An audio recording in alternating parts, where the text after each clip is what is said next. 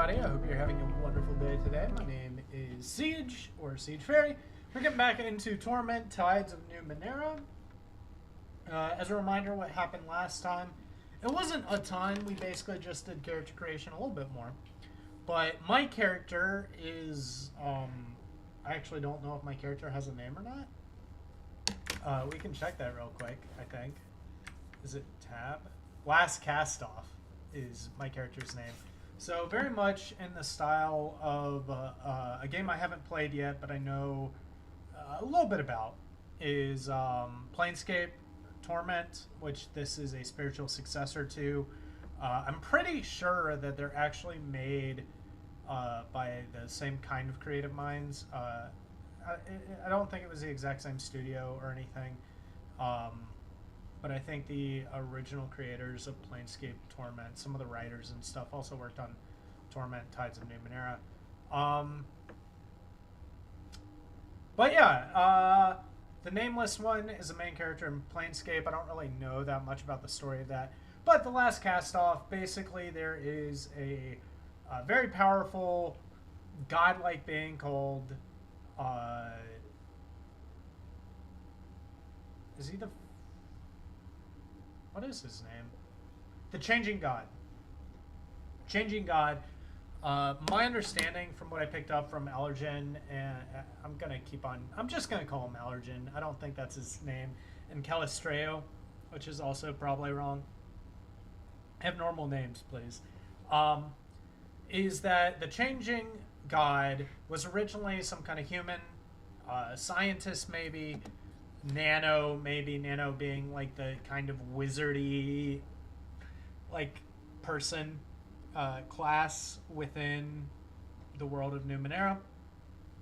Maybe an Aeon Priest. Aeon Priests are basically a bunch of nanos who are trying to collect information from the previous worlds. We're in the 9th world, so the previous 8 worlds, all the technology. Kind of hoard it up like you would expect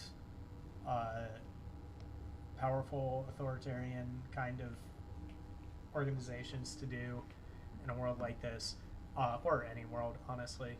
But presumably found something that would allow him to move on from body to body. So basically, he creates a body, moves his consciousness or his soul or whatever it is into this new body, and casts off the other one. Why? Sometimes, presumably, it's because his old body was dead. He went somewhere that he didn't need to go, and his body died, and this was a backup. Sometimes he gets bored with it and wants to try something new. But it seems like this guy is very much a chaotic force. I'm the last cast off, so I was the last person who the Changing God was inhabiting. I was punted out. The thing that the Changing God may not even know is that whenever he leaves the body of the people that he possessed, they develop their own consciousness. They are their own people now. I'm the most recent one. Allergen is a little bit skeptical of that. He doesn't believe that I am not the Changing God. Even though I'm... Once again, amnesia. Every single CRPG I've been playing recently has had me have amnesia, which is great, I guess. But yeah, so that's basically it. We have 2 nanos here. We have Allergen and Calistreo. We also have me. I'm a clever Jack, which means I'm going to be playing this character a little bit smarter, a little bit more intuitive than I have previous characters that I played. Usually I like playing kind of dumb, clueless characters, and you know, amnesia kind of helps that. But I'm going to try and play someone who's a little bit more together. Jack is kind of a jack of all trades. That's where the name comes from. But it looks like I'm playing more of a like charismatic Jack. So someone who's more likely to talk their way or trick their way out of conflict as opposed to fight their way or blast their way out of conflict. That's kind of where I'm leaning towards. I don't actually remember what abilities I got. You can look at the character sheet. Flex skill is something I can do once per day, and it gives me training and whatever. I have deception and perception normally, but if I want to train up something, Um, like I need to know, like it's gonna be a combat heavy thing, and I want to do like training in light weapons. I think like skill will let me do that. Maybe not. It says exploration, lore, conversation, skill. So it'll let me do that. That's like a +3, I think. You can see what we have here. I did just pick up a crystalline shard, so I finally have an actual weapon, which is nice. And yeah, we have the we have all the bits and stuff. So this is like the changing god. We are in the beyond. There's something called the steadfast, which is like civilization beyond the steadfast is called the beyond. And yeah. So I've trained without armor, so that means I don't need to wear armor. I can dodge things better when wearing no armor or light armor, so I can pick up some light armor. And then I have hedge magic. Hedge magic uses a little bit of intellect there, but it lets it I automatically succeed on the next quick fingers or smashing tasks. So it's hedge magic is, from what I remember, is supposed to be like prestidigitation, like a lot of simple magic tricks or whatever to impress like kids or something. But the way they translate that into the game is just, if you want to smash something, use this and you auto succeed. If you want to steal something, or I don't know what else quick fingers can be used for, use this and you automatically succeed. It kind of makes sense. Oh, I can only use it once per day. Interesting. So it has a cost and it has a number of uses per day. Interesting. Whereas we have Allergen. Allergen is fights with his demons. His tattoos are a great source of pain for him, but they also are a source of great power. He can have more ciphers, concentration, so he can bind to more artifacts without penalty. Then we have Calistige. Same thing with Cypher. She also has targeting eye, so she's just better at casting the stuff. Okay, cool. So there are two different places that we want to go. Calistige wants me to go talk to the Aeon priests. Allergen. Hopefully I can remember that. Allergern is a former Aeon priest, and he wants me to talk to the cult. It's a cult that basically tries to collect as much information about the changing god as it can. All right. So we're going to leave. I kind of didn't want to go with either of them. But, you know, oh well. Yes. Naturally. Okay, so tab is the button to see everything. Water is clear, almost unnaturally so, revealing ruins. You can see. I'm going. Ooh, Shens. Midfoot Moss. Illiterated Force. Okay. All those are like healing items. A tangled cluster of metallic tendrils grows from the depths of nearby water. Strangely, they resemble clawed alien hands, most of which have 7 or 8 fingers. So it looks like coral kind of stuff. Metallic coral. Let's see. You try to lean around the nearest palm and notice that it innocently moves with you, as if guided by a wind that's not here. You feint right and go left instead, just in time to see what the hand was trying to hide. Bless me. One of the lower hands is passing a small silvery object, a seed pod, to another. Let's try to grab the seed pod. We have an 80% chance, just base. It's not bad.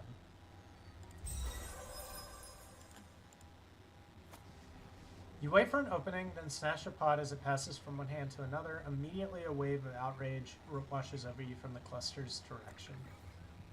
It appears you made an enemy. Congratulations, dear. Let's see what it does. Deals 13 physical damage and confers bleeding. It is a cipher. Okay. So if we look here...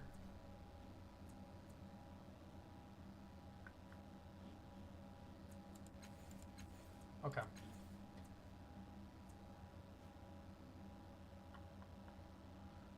I'm not fully sure if I understand how this works, but I think I have these 2 slots for ciphers, and then as I level up things that give me higher cipher limit, I'll unlock more. Because if we go to Aladrin, he has a cipher limit of 5 that matches the 5 things we have here. She has a cipher limit of 3, which matches the 3 that we have here. Okay. Okay, I think that's right. Okay. Yeah. So it does do a lot of damage.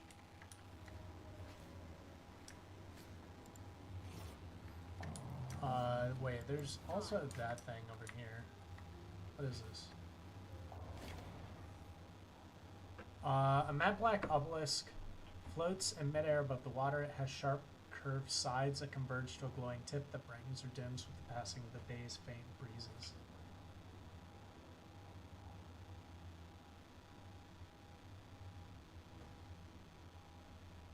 I'll leave it alone.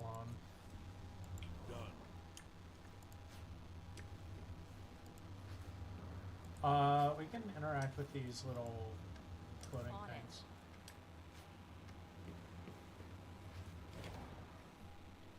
Two floating cones whirl and spin deliriously around each other, giggling like children being tickled. The air around them smells of sweet burning leaves. Let's watch them for a bit, see if they come up with any patterns. The longer you stare at these artifacts, the more you're convinced that they turn faster when their spiraling paths cross each other. Let's ask. They are giggling. Cones continue whirling and laughing like enraptured dancers, giving no sign that they've heard you. Let's see what happens if we touch it.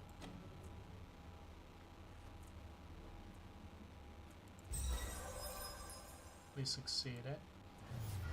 You managed to graze one of them with the tip of your finger. Rorn, a voice says, and your vision is stolen from you. A moon hangs over you, but it is not the one you recognize. It's black and in a pearl-white sky. Thick, flat asteroids orbit it like petals in a wind. You feel questing tendrils at your ankle, and the hot wind on your face smells of scorched hair and grief. It's interesting. Your vision returns. The cones hang motionless for only a second before resuming their giggling dance. Okay. So they're presumably from like outer space or something. Okay. Yeah.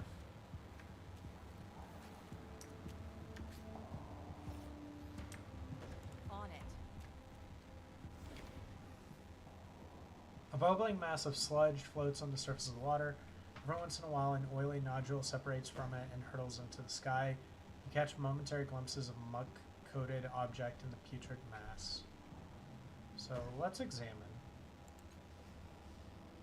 Carefully, you lean closer to the heaving mass. After a moment's study, you notice that the globules rising into the sky always contain something, be it a shining core of untainted seawater or a tiny fish. Far below the water, you spot a vast, dark reservoir of the sludge. And it has an object floating in it. Let's see if we can get through this. I'm gonna fail one of these. The next time sunlight strikes the object's streaked surface, you're ready. You snatch it from the oily mass and clean it as best you can. And we got fresh vapors. Also another cipher. Those 10 points of intellect and confers fresh vapors, which is 1 intellect edge. Interesting. I'm not sure whether that awful muck is harmless or you are immensely lucky. Either way, do go on poking things, dear. It's quite entertaining.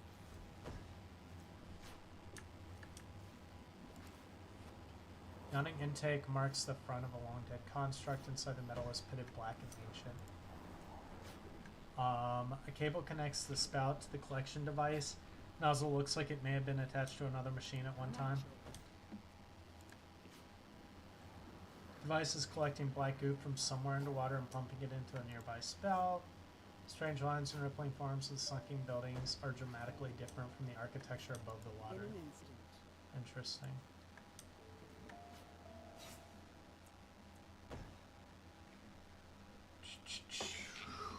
Okay. In an instant.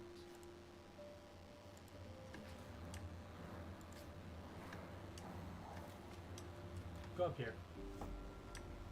Yes. There's a lot of stuff. Long cable extends from the spout, but at the point where it dips below water, it's snapped in half. This cube hovers in the air. You can feel the ground shudder with its vibrations. Calcified petals over short metal stem. Calcified minerals holds the ancient weapon closed. Massive construct was trying to climb across the surface of the reef when it died. Okay, that's like hard light, which is good. Let's see what we get here. Oh no, I don't like this. That's 4 people.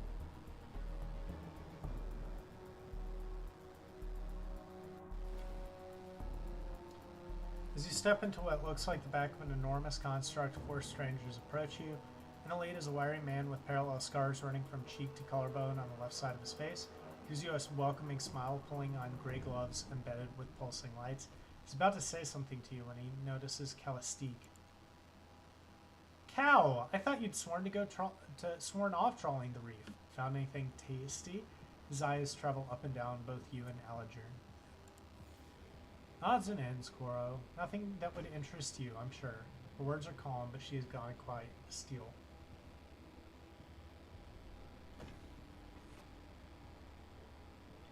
I'm gonna let her handle it. Just observe for a bit. His hand curls into a fist at his side. I was wondering, specifically, if you had seen a falling star that landed near here not long ago. Seeing nothing of the sort, dear Quaro. Her lips closed thinly. What about your friends? He turns to you. I know most of the draft that scavenges the reef these days. It's a rare pleasure to see a new face.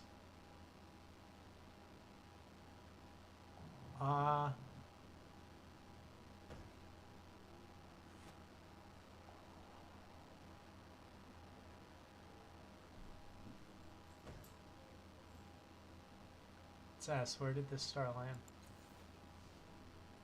Well, if I knew that, I wouldn't be reduced to harassing noble travelers. I never saw it, you see. My employer did, and thought it was the most trustworthy team I can send at a moment's notice. He winks. Luckily, they were on another assignment. We were interested and weren't too drunk yet, so...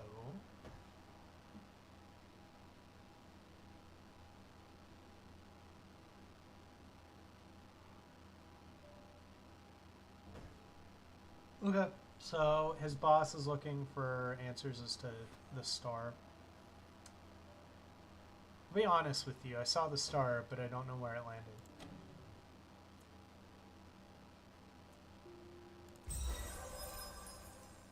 I could use an extra. Wait. I clicked through whatever the dialogue was. I want to see what the dialogue was. I was thinking, lad, that would have been a fiasco. You figured out why they were here, right? They saw me fall from the sky and came to investigate. Oh, sure. And they just had that ambush ready to go at the same time as we're leaving. No kid. Calistige sold us out. Excuse me? Are you suggesting I had something to do with Koro's plans? Suggesting you didn't? An old friend of yours just happens to be waiting for us, armed and outnumbering us as we return from the greatest find the reef has seen in years? It's too convenient for me. Too convenient by far. All the idiotic, paranoid delusions. You really believe this, don't you? You really believe I'd use a half-wit like Quoro to stab you in the back rather than do it myself? You see, kid? She'll nab you in the back first chance she gets, most likely in your sleep. Throws up a hand for stalling Calistige's retort. Look, I don't care. Fact is, I can't trust you anymore, and I wonder why I ever did. It was the last we traveled together. I've got enough to worry about without having to watch my back 28 hours a day. He turns to you. You coming, kid, or what? Asterisk. In the ninth world, days are 28 hours. So that's not just a random thing. For whatever reason, the rotation of the Earth has slowed down sometime in the last, like, billion years or something.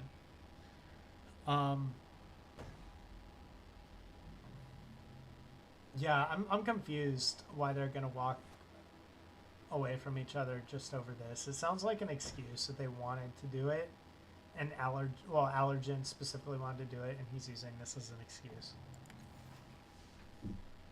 Oh, this is just the last needle that crushed the ending. You haven't seen 1/10 of her deaths. Not 1/20th. She's a backstabbing bitch. And this mess here only proves it. Always a paragon of class, Allergen. If I did have any interest in betraying you, do you really think I would need Koro's help? This is the thanks I get for coddling your pain-rattled, judgmental weakness for so long? I've had enough. She turns to you. Child, I am happy to guide you, but I will not walk another step with this paranoid buffoon. Finally, something we agree on, he growls. Kid, she'll chop off your head and spit down your throat. I'll get you where you need to go and let you sleep at night to boot. It is up to you.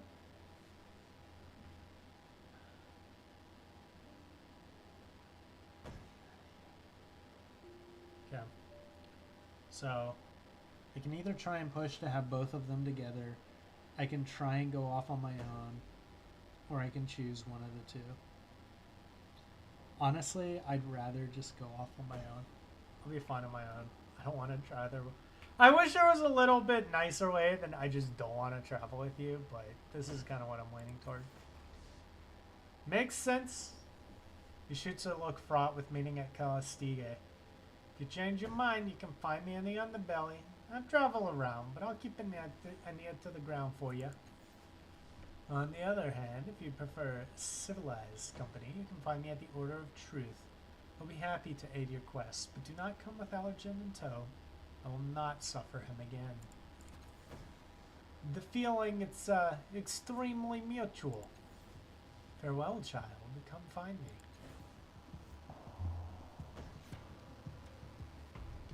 Okay.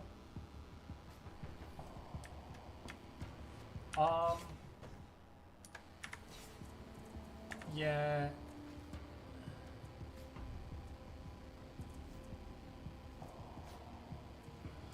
Okay. Yeah, right now I'm just looking for someone to repair the resonance chamber because I had a dream that said I need to. Shell depression in the surface here, like many others scattered around the construct. Unlike the others, energy still pulses from this one at random intervals.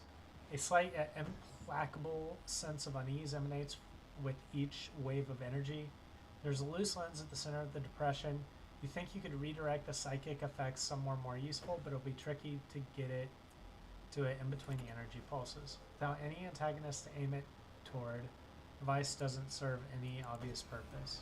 Okay, so it looks like that might be cobalt petals, hold over a short metal stem, calcified members, I'll hold the ancient weapon. So it looks like I can like redirect this energy and use it as like a weapon or something. Okay. Of course. Spherical head hangs loosely from the stanchion. A single metal fiber holds it in place. Yes. Sickly green crust scabs over numerous cracks and divots in this turret. Of course. Alembic green fluid drips from end of the device's nozzle and hisses angrily on the metal surface beneath. Without any antagonist to aim it toward, the device doesn't. Okay, so I'm curious if that was both of those were supposed to be used in a fight with the people that we just interacted with, like Quoro and company. Okay. If an enemy is armored, change up the damage type. Okay.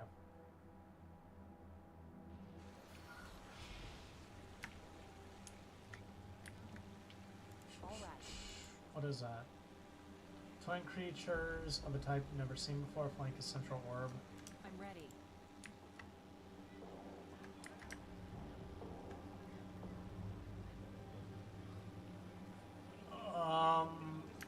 That seems a little bit weird. I'm ready.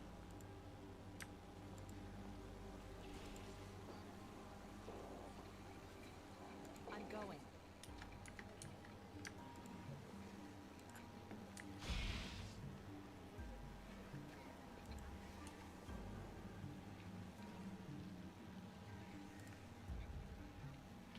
The ice, it creeps into everything, our homes, our hearts, our heads, and cracks in each and every one of them.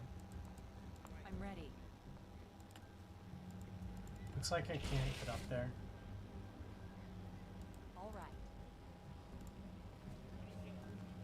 Looks like someone's using an esotery or something to kill him. Like the Devourer of Wrongs is making an avatar of him to kill him. It's kind of that vibe that it gives. Yeah, a stout middle-aged man stands atop the execution platform, wears a badge of a city official, and a fringe of dreadlocks hang down on his shoulder from his otherwise bald pate. He gives you a disinterested look as you approach. Please stay back with the others.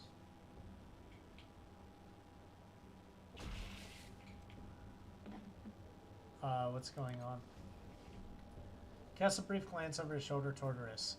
The prisoner, Riss of Flatwater, is being publicly executed as a warning to all who would flout the laws of Sagas Cliffs.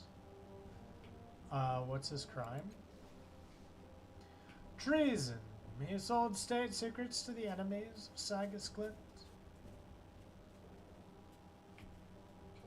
How does the execution work? He sighs. Another rustic. It is very simple, ma'am. Our nanos induce in him a hallucinogenic state. In this state he experiences visions, nightmares really. He speaks of the things he sees and his words become flesh as they leave his mouth. We shape the flesh into a human-like form, the death you see beside him. He gestures toward the hideous figure which looks to be made of rotting viscera. As more strands escape his mouth, his death wraps around them, and they slowly crush the life out of him. Once the condemned is dead, the Devourer of Wrongs will eat his corpse. Raises his chin proud. Thus is justice upheld in Sagas Cliffs. What do his words mean? He shrugs. Some believes there is wisdom to be gained from the rantings of the condemned. I have never gleaned any. Others say that the torment of the condemned means nothing, but it deters the would-be criminals from committing offenses of their own. I have never noticed that to be true either. Why does the Devourer of Wrongs eat executed criminals? He smiles, grim. He is of the Dendra O'Her, who can suck the memories of the dead from the marrow. And those memories is not only the proof that the condemned were guilty, but also the names of their compatriots and other associates. Many an accomplice has been found in the belly of the Devourer. Okay, let me ask something else. My patience is not endless, friend, but as you wish.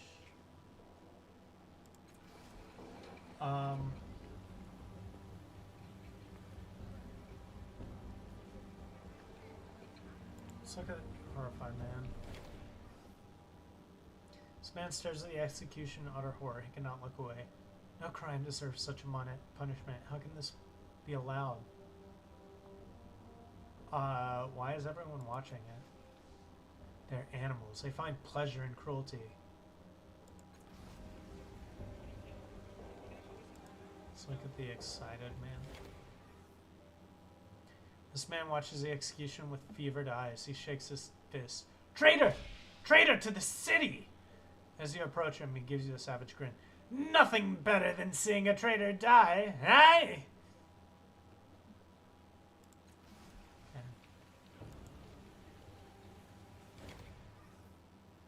This man is large and broad-shouldered, and his steel armor is painted in the silver and indigo colors of Sagas Cliffs.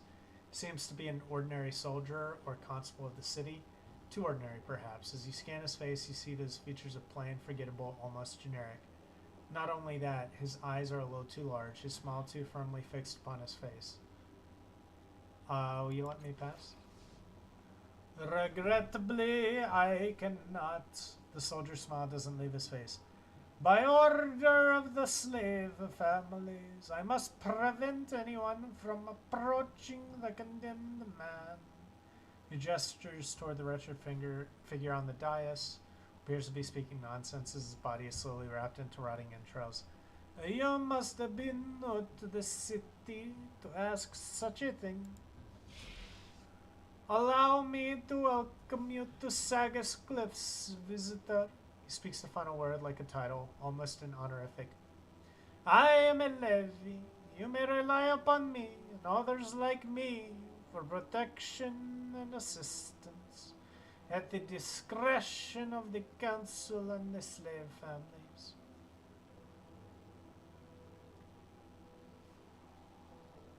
Okay. Let me examine very carefully and get more information. He saw the face of this man on the streets of the city. You went and glanced at him twice. His features are utterly ordinary and forgettable. Not too ugly, not too handsome. It is indeed almost like he is an average of many thousands of men. Their idiosyncrasies and imperfections merged into a bland middle ground. Exceptions, of course, are the eyes, which are a bit too large for the face. Fixed, ever-present smile. Taken together, the man's features give you a vague sense of unease. It's a very uncanny valley. But wait, you do notice something unusual. Pinned to the levy's helmet is a tiny green branch with minuscule leaves. You might have assumed it was a twig that had blown there by the wind, but your sharp eyes catch a bit of twine that fastens it to the levy's helm. Okay. Why did you tie the little branch to your helmet? His eyes flick up and then back to you. It is a reminder of the year that gave me life. It belonged to an old woman. He runs a hand over the twig. A little tree, the old woman's favorite little tree that she raised from a seed. No, would have raised. She wanted to become a citizen, but she had only 1 year left to give. The little tree was never born. Same moment, both you and the levy seem to notice his smile is gone and it instantly returns to his lips. Who are the council and the slave families? Do they govern the city? Indeed so. Each slave family sends one representative, usually the head of the family, to sit on the council. We are required to follow their commands. So you serve the council, not the people. A brief pause. Yes, that is correct. What does levy mean? Every citizen is required to raise a levy for the protection of the city. In times of war or strife, citizens are sometimes called upon to raise additional levies. But this has not been required since a dread destroyer crossed the northern frontier 34 years ago. Levies are raised by citizens? Yes, a year of life is taken from a citizen. The lost year is used to create a levy. He pauses ever so briefly, though his smile remains fixed in place. That is why our lifespans are precisely 1 year long. When our spans are up, we degrade into our component matter. If you are curious about the process, I have been instructed to direct you to the Order of Truth, where you may observe the machine that is our parent.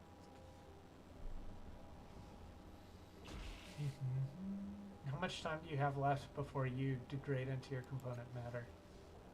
4 months, 7 days. I'd like to go on the platform. I am privileged to inform you that you cannot. The levy manages to make it sound like a piece of excellent news. If you wish to discuss the matter further, please direct your inquiry to the official in charge. He points to the indigo-clad man on the projecting edge of the dais. Okay. Interesting. So basically, every citizen gives 1 year, and that year is somehow taken from them and used to create a new person. Who are you? He bows slightly. I am the overseer of capital punishment, charged by the council with organizing public executions and making sure they run smoothly.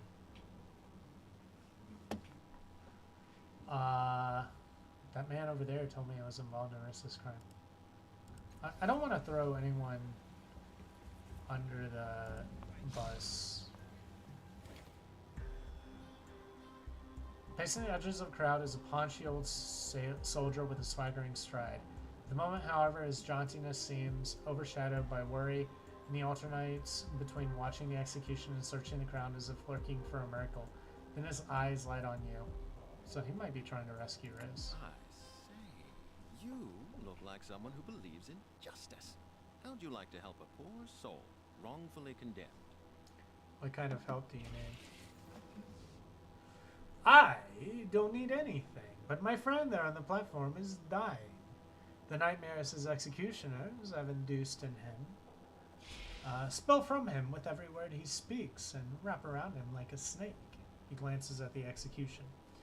I know there are but a few strands around him now, but in a few days' time they'll choke the life out of him.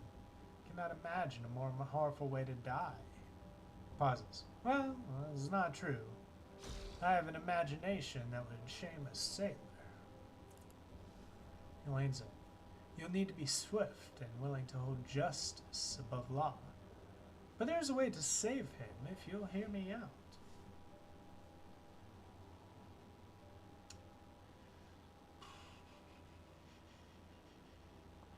Why are you helping Riz? Is friendship not reason enough? He declares. Then his soldiers sag and he hangs his head. Actually, truth to tell, there's more to it than that. I'm partly to blame for him being up there, and guilt's a strong motivator. Right? So he's worried that he's gonna be found out.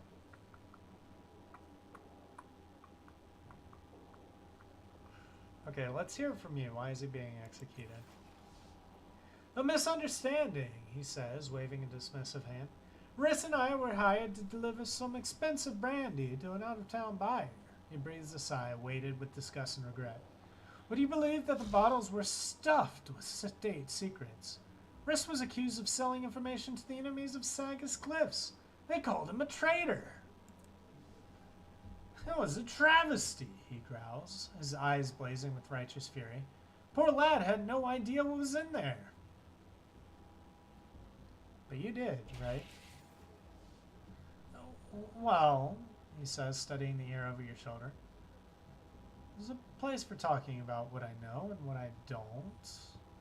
This isn't that place, he clears his throat. So Riss is being condemned for something that Tiber did.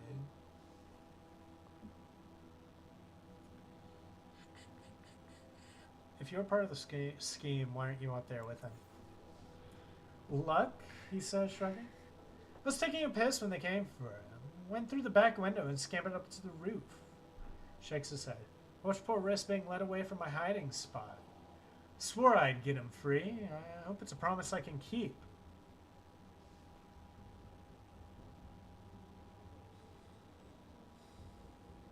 Who are you, then? Captain Lanchin Tiber. Retired, he says with a little bow. Extremely retired. Once a soldier of fortune, now it's plaything. Takes another look at Riss, but my story can wait. Saving Riss's life comes first. Can I talk to him? Are you mad? Tiber sputters. It's an execution. He's surrounded by levies. They won't let you near him. And even if they did, he's out of his head. You'll get nothing but gibberish from him. I still want to try. Tiber holds up his hand. As you wish. Just don't say I didn't warn you. The levies are not to be trifled with. Alright.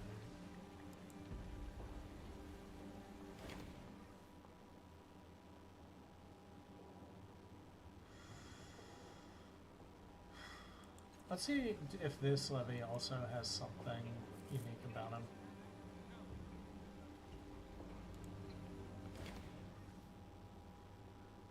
This armored levy is almost a mirror image of his comrade who stands on the other side of the execution platform. Since it's something about them is subtly different, but at first glance you can't quite determine what it is. Nods and greets you with a similar, remarkably similar voice. Hello, visitor.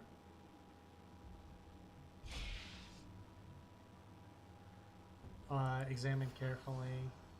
Face of the levy is nearly identical to the comrade on the other side of the execution platform.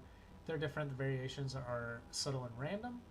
Slight difference in the shape of the eyes, perhaps, or a barely discernible quirk of the lips when he smiles, as he does constantly. Otherwise, the two men could be twins. Actually, they're even less distinguishable than twins. One other detail catches your attention. Almost hidden by the levy's armor is a tiny fetish or charm, roughly fashioned representation of an archway or window made from bits of metal, wood, and glass. What is that little object you've attached to your armor? Did you make that yourself? For the briefest moment, the levy's smile nearly falters. That is my ear. The ear that was taken from a citizen to create me. It reminds me of the front window through which you would have seen a pretty girl who sells the false birds. It would have been a good year. Why do all levies look the same? This is how we emerge from the machine. We aren't truly the same. The citizens always recognize the levies they raise, and some can tell us apart by looking closely. How much time do you have before you degrade into component matter? I have only existed for 14 days, so by the standard calendar, I have 299 remaining, unless I am killed in the line of duty. I'd like to go up on the platform. I'm afraid that is not permitted during an execution. The levy's smile never falters. If you wish, you may appeal to the officer in charge. He points to the stocky man who stands at the projecting edge of the execution platform, dressed in indigo finery. Okay. Ready.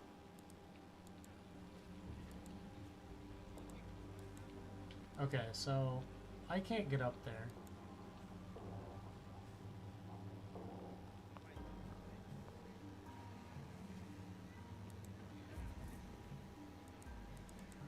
Yeah. That's a big old brain in a jar. So my thing is I can either talk to Tiber or I can sell out Tiber to this overseer.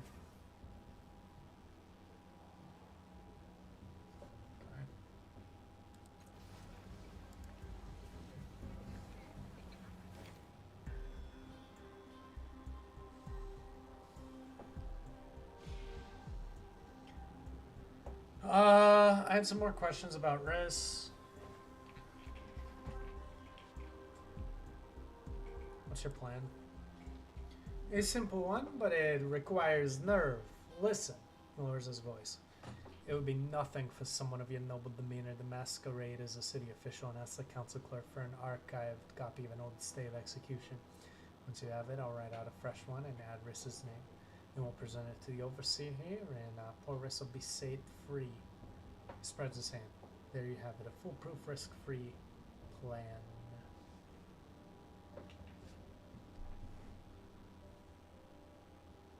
No, that's probably not going to work out. Sounds like an extremely risky plan. Nonsense, he says, waving a hand. Couldn't be simpler. Just be calm, confident, and wear a winning smile. He gives you a winning smile. This one, right here. Smile. Where do I find the council clerk? He'd be in the government square, of course. There's a podium outside the council tower. I can't think of a time he wasn't there.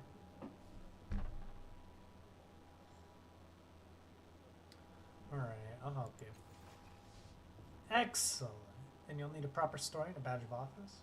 Fortunately, I have the first, and you can buy the second from Sangolin, the clothing merchant in the government square. Holds his arm. Once you have a badge of office, you'll tell the county clerk that you're here for a judicial oversight committee, looking into corruption in the communal capital sentences. The stay you're asking for is that of a notorious gangster called Cold Cardin. He was mysteriously set free a few years ago. When you get Cole's stay of execution, I'll make a copy with Riss's name on it. Give it to Overseer and free him. See? Simple. Rubs his hand together. Now, if you let me join you, I'll be happy to show you around the city and help you with all this and whatever else you have going. What do you say? No thanks. I'll figure it out on my I'll own. remember that. Suit yourself, but don't waste time. Riz doesn't have much time left. Read the document when you have it. Any other questions before you go? No. Okay. So we need Coal Garden and we need the government district.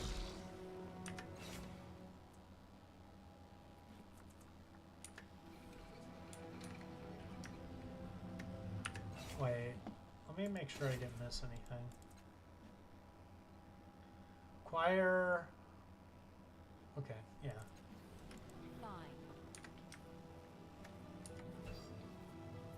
Execution ground, arms merchant. Of course. So we need to go into the government district. Is this it? This looks very government-y, district-y. I'm ready.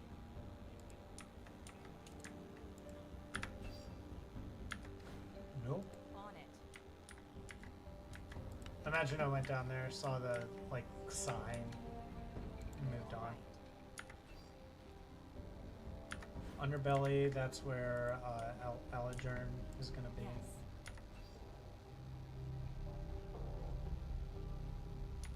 Cultist encampment. Yes. Now. Interesting.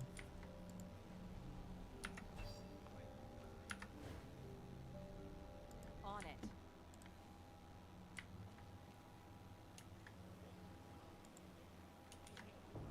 The genocide? What is this?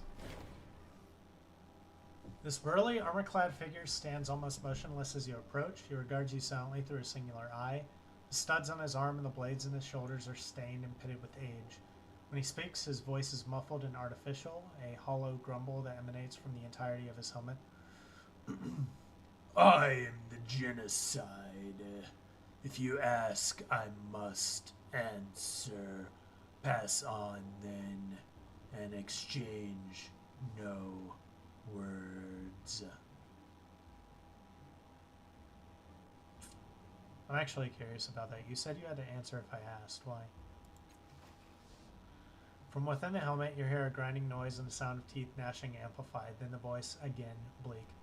We sat at the river's edge and we wept for the time that was. We saw nothing more to conquer, and yet our fears still drove us. We had conquered the land, purged its impurities, made it ours. Still, we wanted more. When we heard that humans had come to carve a home, we rejoiced to have a new foe, a new test of our truth. We rode against them. We drove them to the forge of the night sky, to the valleys of Mirage Olios, to the dangers of the Black Riage. But those who built atop those ruins, they thwarted us, time and again. And so we brought our constructs and our deadliest warriors to the bay outside the city. We laid a mighty siege. We entered the human settlement. We fought past barricades and traps. Some of our constructs are still here, silent and dead. But when we thought we had achieved our greatest victory... He lowers his head. A powerful nano saved them. With his magics, he called upon the strength of the ancients and captured us. I thought my life was at an end, but he imprisoned me in slow time, trapped me in my body, used machines to paralyze my will. I still remember our glories, and I see the faded future in front of me, and I am powerless to act. The memories of our triumphs remain always at the forefront of my mind, and I must answer the mocking questions of these people. or suffer. God, that voice grinds my throat a bit.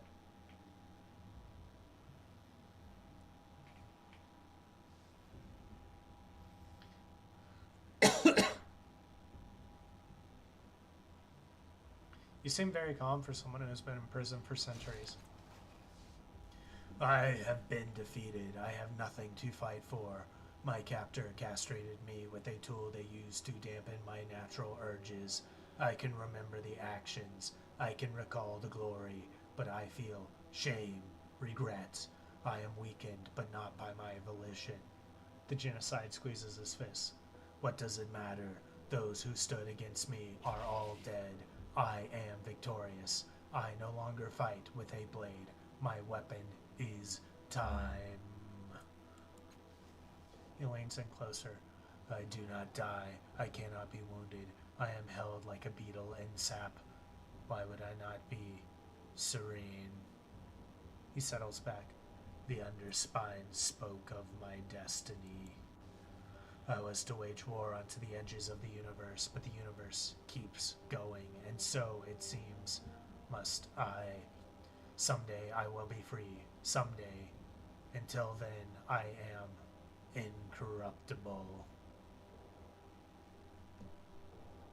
How did they stop you from trying to escape?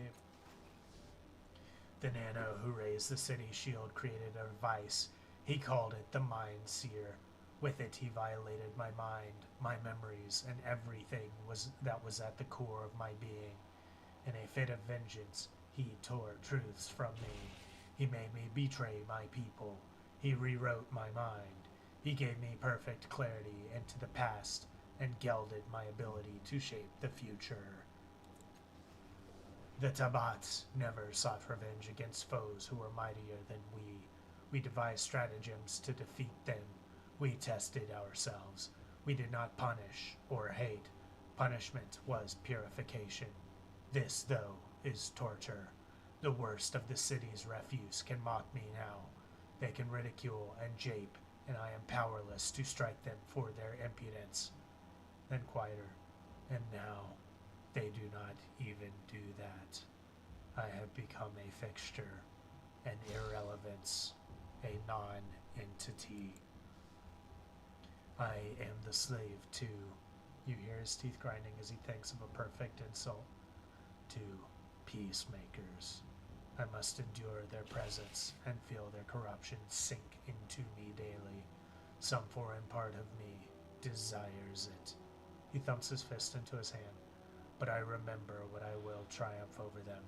Eventually they will die, and I will not. Can you tell me, how did he stop you? Genocide raises his hands in defeat. He found old knowledge and made it his own. He created defenses that we could not penetrate. Most telling, most effective, the shield generators.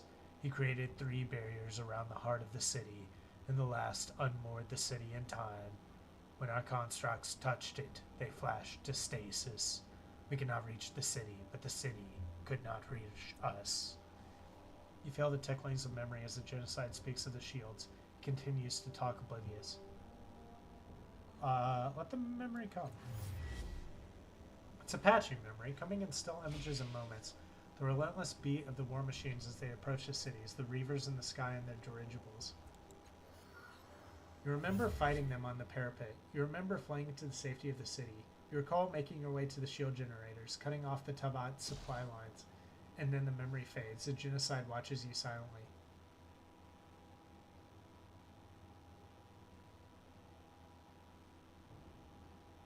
You mentioned the Nano who defeated you was the changing god. He and his children still live. His voice is flat and dead. Others have claimed this. I do not know if they say this to torment me, but if our enemy was a god, even if he was once but a man, then to stand against him is to spit in the face of the divine. The Bat were a holy people. Humans do not believe it, but our rites were as sacred to us as they were profane to your kind.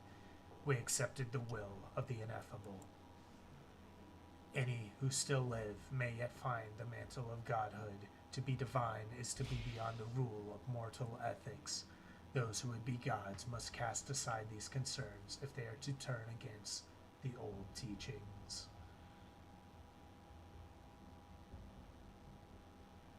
You mentioned the shield generators. Can you tell me about them? I told you their effect. They unmoored the city in time.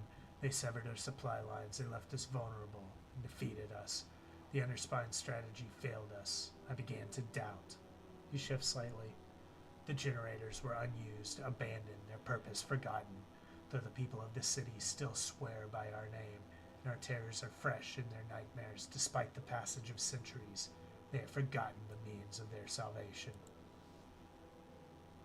This one beside me no longer functions, but one of the others is buried in the ground not far from here, and has not yet failed. It powers the clock around which those ridiculous fools prance.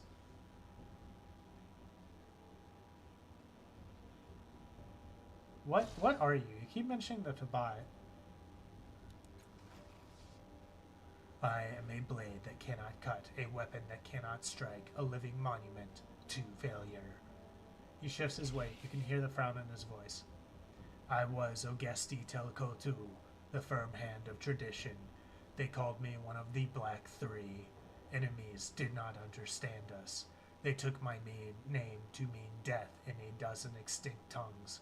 Called me Orphan Maker, Hope Smasher, Death's Child. My armies blackened the earth and the skies. My Dragolus scoured the land. Domination was my duty. If they had known, if they had welcomed us, they might have been our thralls. Instead, they became dust. He gestures. All this, it was to have been mine in stewardship for the future of my people. It was promised, but now... His arm falls back to his side. Now I am the genocide, a relic, the last of my kind.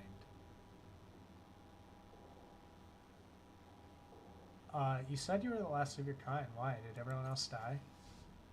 I know of no others.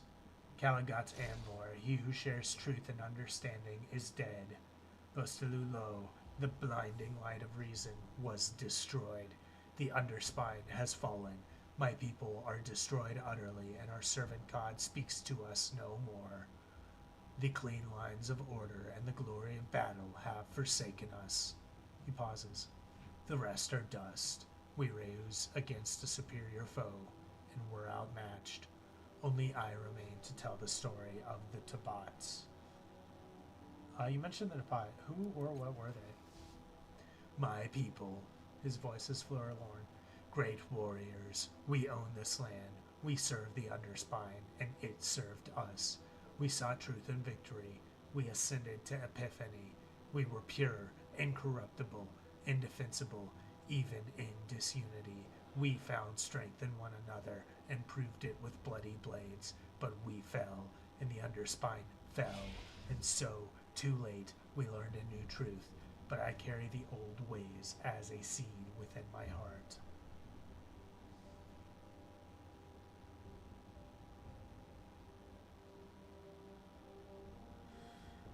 Why did the Tabat fight so much? For honor, for truth, for the one way, because it was our duty. We were born to the blade, so it was written, so we chose. Free will is a curse unless given to a greater purpose. Our purpose was given to us by the Underspine, given to the Underspine power by our ancestors, who founded and crystallized our essence forever.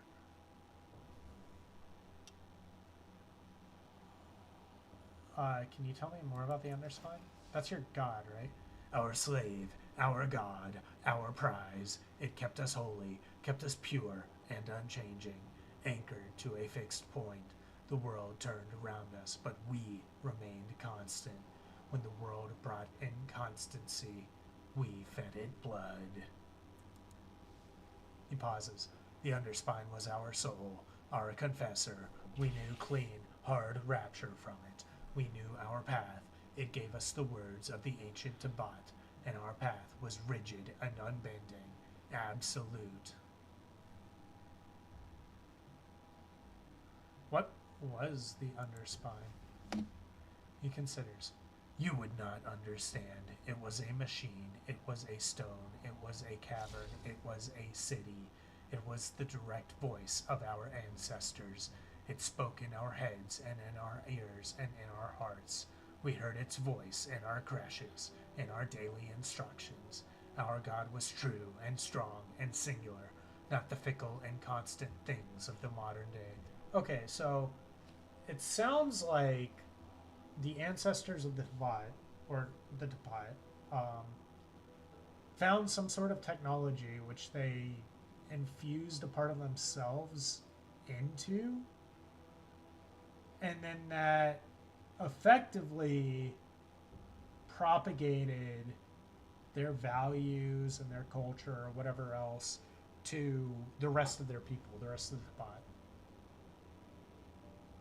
That's what it sounds like. So what happened to the underspine? You can hear the frown in his voice. Sabotage or failure. One of those under my command told me that it had whispered defeat into his ears as if it had sickened, lost sight of the true path. Given the question, the underspine denied this. My soldier was cast out, and I suffered the barb for his doubt. It was later, years later, that the underspine broke after our failure, and I have never been sure if the seeds for our defeat were planted in those days. He shuffles his feet. The nano who captured me, who nailed me to time, he used the mind seer to ferret out the underspine's location. I do not know if he ever found it in the world. He raped a genocide from me and mocked me with his sobriquet wit. I was not to blame. I will stand before the underspine and swear my innocence.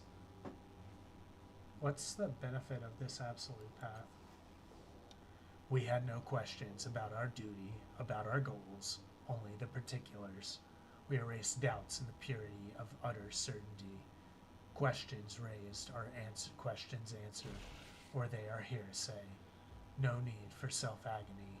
The necessity of introspection was transmuted into optimization of our paths, into fashioning ourselves into the pinnacle of our achievement. Clear definition in life creates truth, not this pitiful shadow. Let me ask you about something else. I have no more questions for him. No, I wish you no good tidings. I was kind of curious if he was going to be like a companion. The machine towers above you like a dagger driven into the ground by a giant. It seems much older than the surrounding buildings. Your hands itch to touch the array of dark panels scattering around the machine as though they have touched them before.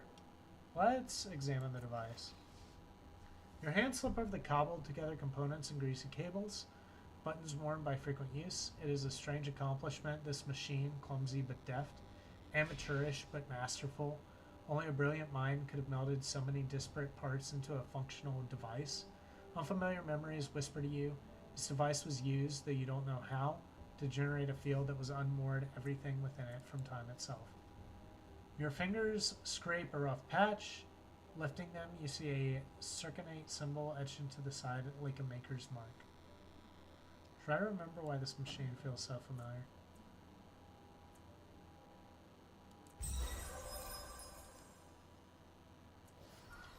You close your eyes to better concentrate, sinking into the currents of a memory that does not belong to you, or at least not to the body you're in.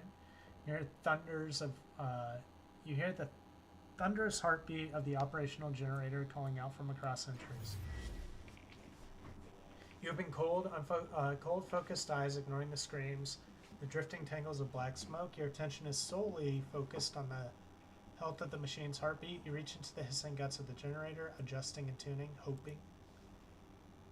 The heartbeat fades into the past. Your body's hand rests on the rusty surface of the long-dead generator.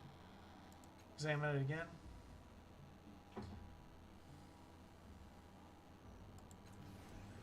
I'm ready. Okay. So I need to go to the government district. Go.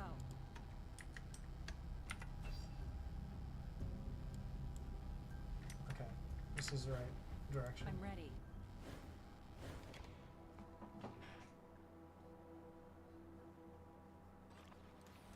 Okay. Fine. Well, there's Simon.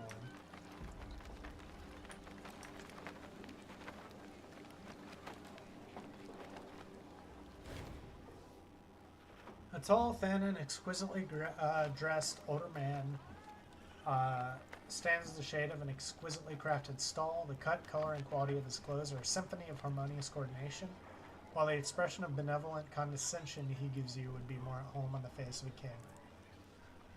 Good afternoon, he says, bowing slightly. I am Sangling. This is my store. Sangling's Fittings. Welcome.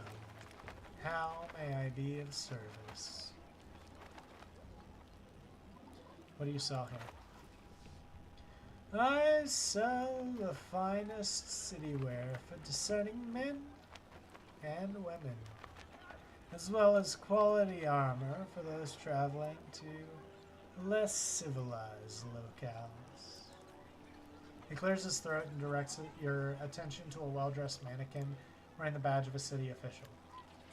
Also, it is an honor to have been chosen to provide the city of Sagas Cliffs with the official badges worn by all properly credentialed city employees.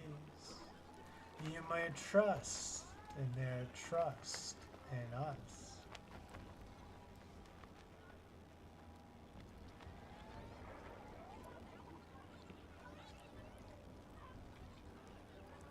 Let me see. I can do this.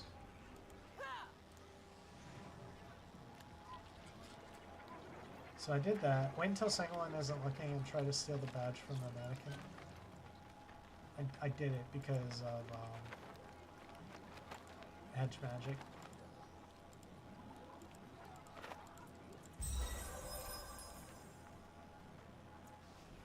Waiting until Sangolin is turned away from you, you pluck the badge off the mannequin. He turns back just as you hide it. He suspects nothing. Making a note. Is that all for today? Can I interest you in our fine collection of armor, perhaps? Yeah, sure.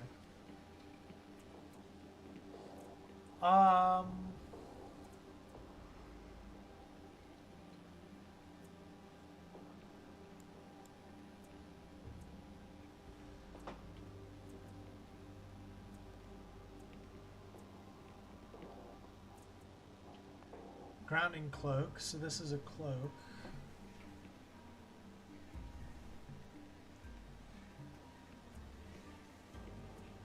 All these are only usable by me? Okay. So I already have 1 armor and 2 resistance on my witchcraft suit, right?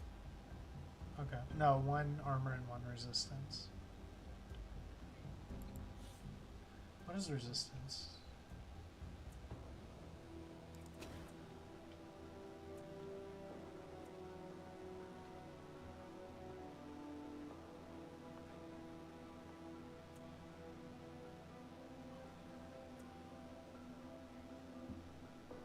Could get micro mesh for 65. How much money do I have? 63. I mean, 15 sounds nice.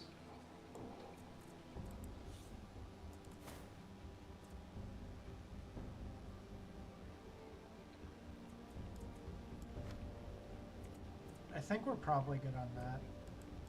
We don't have a lot of money to I'm spare. ready. Okay.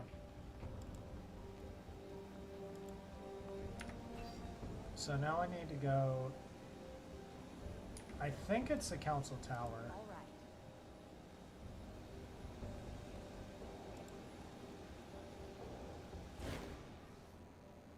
This woman is dressed much like the levies who flank her, but unlike them, her expression is sober and alert. Her hair is cut short, the corners of her eyes wrinkled with crow's feet. A little swarm of mechanical drones circles around her, buzzing messages in her ear. She whispers replies and returns, and every so often one of them whisks away, disappearing into the city. What is it, citizen? She pauses, eyes darting to your tattoo, then to your face. No. You're the one they call a Dawn. I heard you were in the city. You sense a sudden wariness in her. It's been 10 years since your last visit. I was too young to know you then, but the drones remember.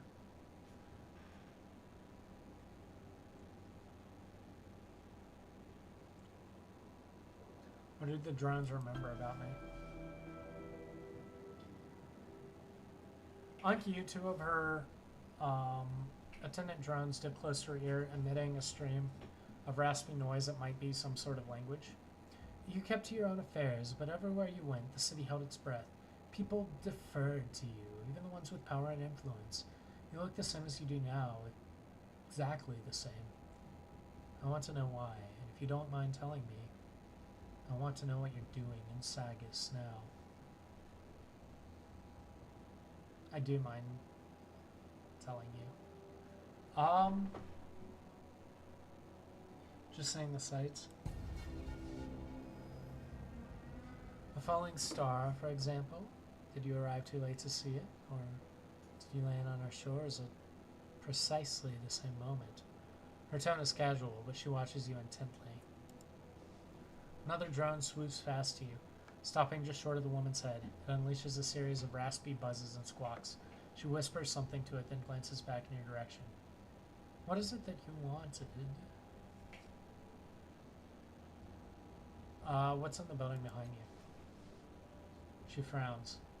How is it that you don't recognize the seat of government? I know you lived here for a time. I asked a question. I didn't expect one in return.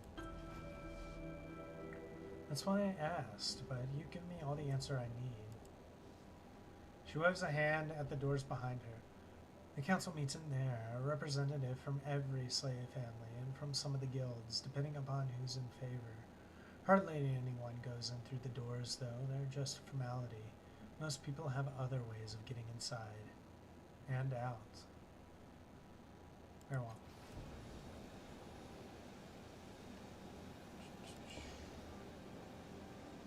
Okay. So it has to be like teleportation. I have to go. The council clerk is in the government square. I'm going.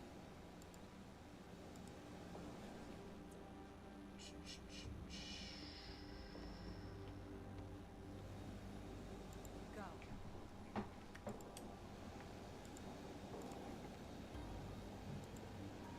Go. I can probably ask one of the levies. Go.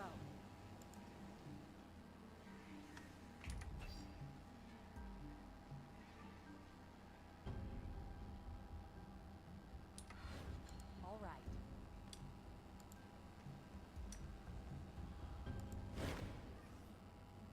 Towering above you is an enormous archway of metal and synth. Energy pulses through the structure, spilling from thin, transparent panels and subtle shades of golden cyan. Examine it more closely. Appears to be dormant, but very much alive. The archway emits a slow and constant hum just at the edge of your hearing. Across the top, illuminated words are inscribed, "The House of Empty Time." Heavy rope-like cables connect the archway to the storage generator nearby. I will leave it alone for now.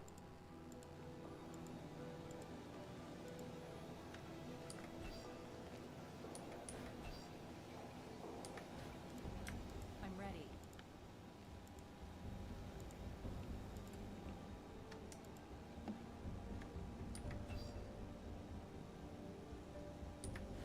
Yes. Okay, I'm now. gonna talk to one of the levies. Of course. Let's talk to this one.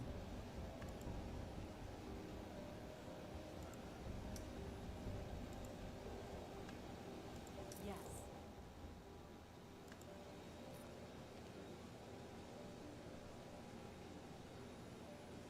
Let's go. Okay, maybe it's in here. Let's go with Ayin, who knows.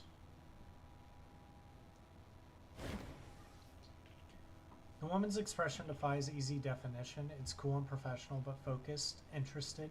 She nods at you and clasps her hands. I haven't seen you in here before, she says. Her voice is oddly muted. Before we begin, you should understand where we are. She gestures to one of the plant-like structures nearby. This is the Red Thicket. No one can listen in on our conversation here.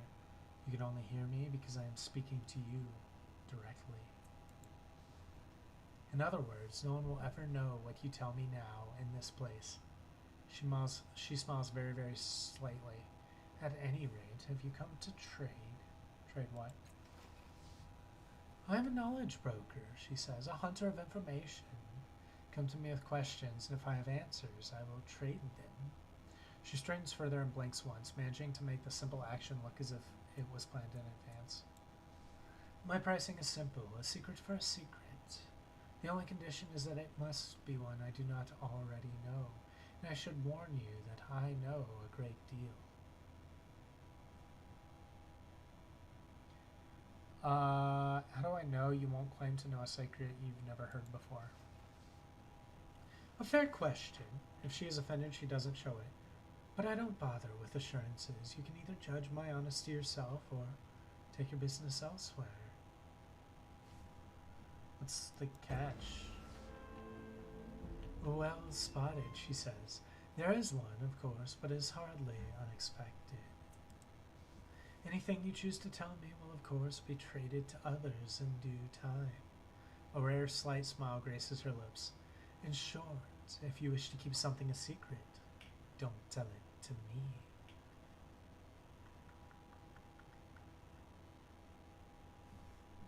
Farewell. Of course.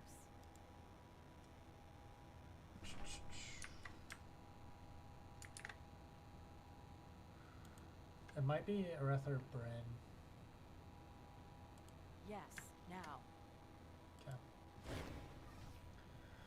The slim man looks to be in good shape, though his face remains hidden within his hood. He carries himself with confidence. His clothing exudes something like smoke that makes him a bit like a ghost, perhaps a man who can't be found if he doesn't want to be. Arether Bryn, he states. Pleasure. Yeah, I'm a merc, head of the Enten Spectre Company. What brings you to the Red Thicket? What are you doing in Saugus? Negotiations, he says shortly. I'm between meetings with a few council representatives that may want us for some ongoing work. He shows his teeth. Bit of a bidding war going on right now, to be honest. We're in demand. And there's something in that satisfaction behind that smile that catches your attention. He isn't just happy at the prospect of a solid payday. It's the smile of a man who believes that everything is going according to plan. Okay. Ready. Yeah, see ya. I'm ready. What's in here?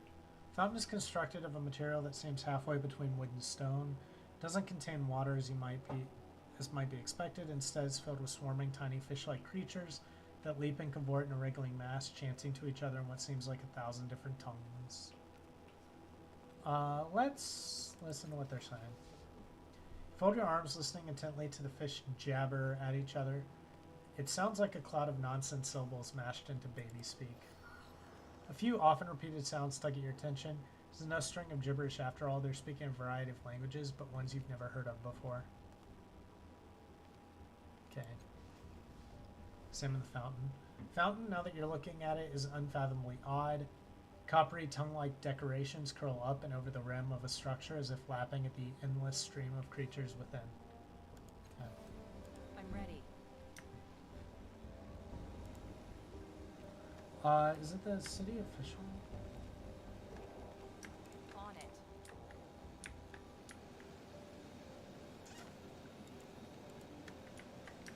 I'm ready.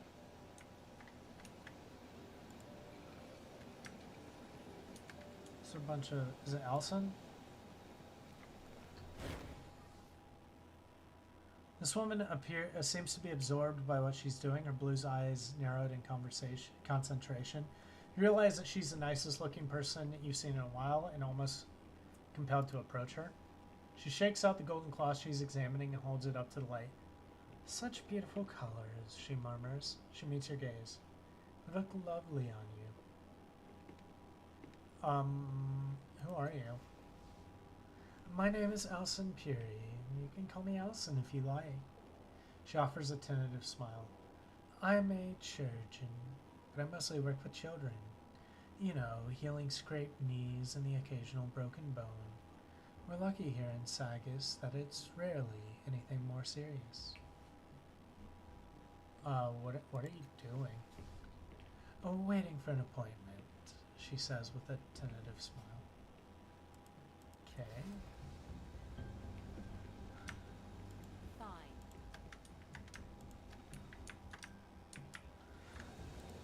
I'm assuming it would be in the order of truth.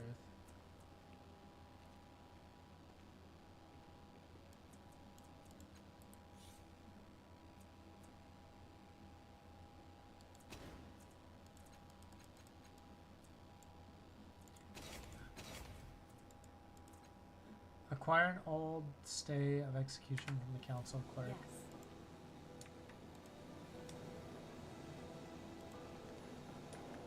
Like I don't see the council clerk. Now.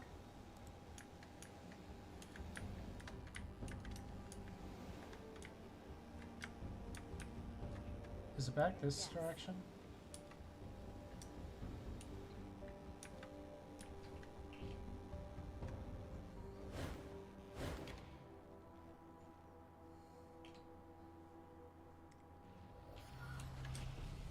Fine.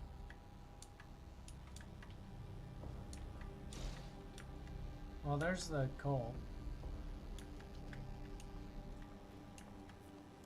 Yes.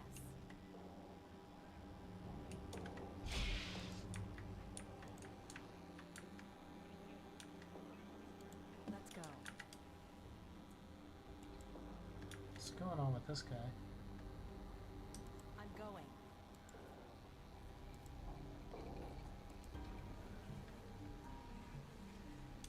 Fine. Damn.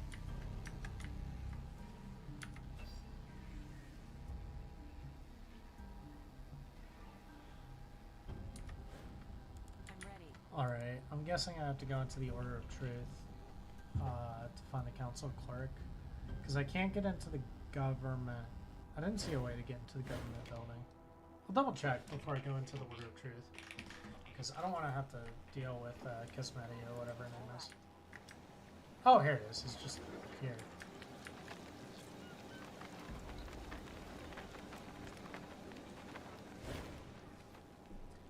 Behind a lectern, a four-eyed, hairless mutant processes paper with balletic grace. He's endlessly snapping the elegant fingers of his left hand, and each time the air twists and shimmers, either disgorging a document or to be processed or accepting one that he's completed with his ink-stained right hand. Each of his eyes regards a distinct object, portals that are opening, preambles and recitals that must be reviewed, his own agenda that must be flawless. One eye twitches in your direction. Exaggerated scorn twists his mouth, and though his eyes remain fixed on your face, he gives no verbal acknowledgement. Close as he comes is a faint sigh. At last, after shunting a half dozen or more documents to some distant cubby, he condescends to speak. You must wait, of course, until council matters conclude. His quarter gaze leaves you. His face returns to his former equanimity, and he continues his work, which shows no evidence of slacking, let alone concluded.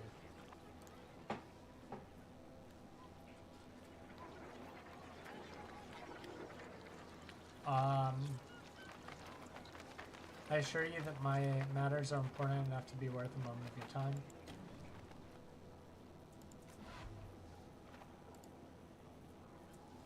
Failure. Damn. Clark turns an eye in your direction, though he doesn't slow the endless shuffling of paperwork. If I stumbled across you in some ancient ruin, skulking about and tracing strange glyphs, but not howl a greeting and tell you which tomb to raid. So perhaps you might extend me the same measure of courtesy within my avocation as I would give you within yours. Saying that you've not vanished, he adds, spare me further explication of which matters you deem worthy of what attention.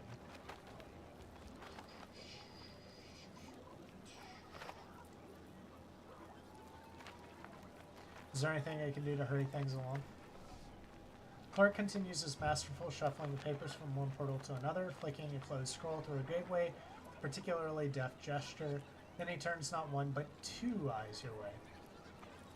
If you're inquiring whether I would let your sweating butcher's finger touch the council's paperwork, I fear the state of your mind. His eyes look away and he adds, of course it is customary to render a small gratuity in thanks to civil service. One eye quickly glances back.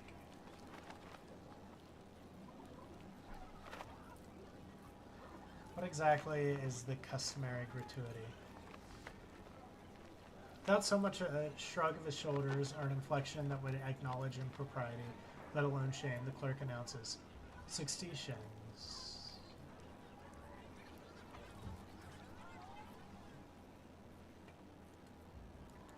Farewell.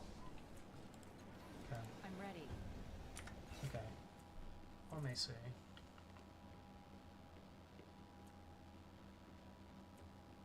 Yeah, I'm gonna use this to get some of my...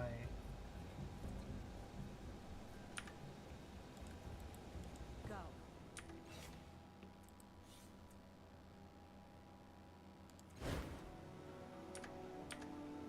Did it not work? Oh. Okay. There we go.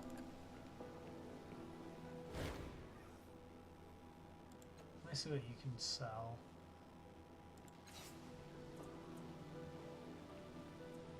$20.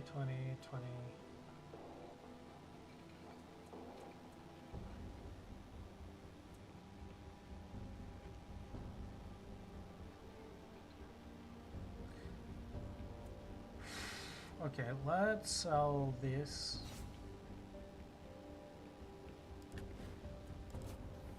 All right. It gives us the 60 that we need.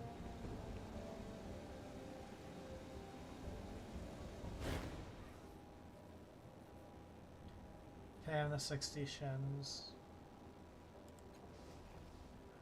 Without a word, the clerk snaps his finger and whisks your shins into a newly opened portal. If you paid the demanded bribe, the clerk's manner grows, if anything, even more high-handed. What exactly must you trouble me with, he sighs. I'd like to talk about paperwork. Faint sigh is the only acknowledgement you receive.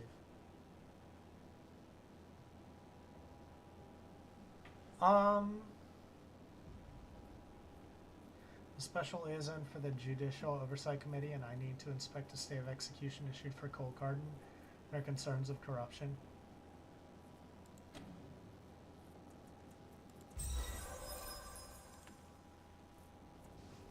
Clerk hesitates for a moment, then shrugs.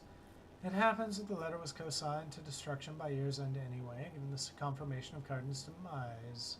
Snap of his finger, a letter appears, and he looks it over. Yes, here we are. Quite the criminal he was, and no slouch in treason, but who am I to question the clemency of our peerless counsel? He hands it to you with a slight sniff. Making a note. Now, is there anything else you need, or can I return to my work? Farewell. Clerk gives no acknowledgement. Let's Okay. go. So I got the paperwork. On it.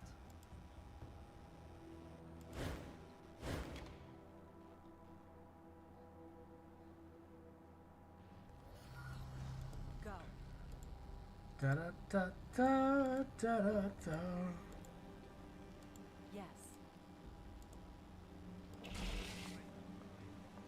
Yeah, let's go to Tibber. Old soldier looks up from his pacing. There you are, friend. You have the stay of execution. Yeah. You're a miracle, my friend. Here, let me have that. I'll copy it out and add Riss's name. Takes a document from you, sets it by a blank sheet, and laboriously but very neatly copies it word for word, except for the name of the condemned. That he changes to Riss, and then he signs it and gives you the copy to you. I'll remember that. There, let that dry a moment, then take it to the overseer on the execution ground. And don't worry. Since nothing amiss, the Chief Justice's signature was flawless, if I do say so myself. Yeah. I'm just gonna make sure that I have some ents.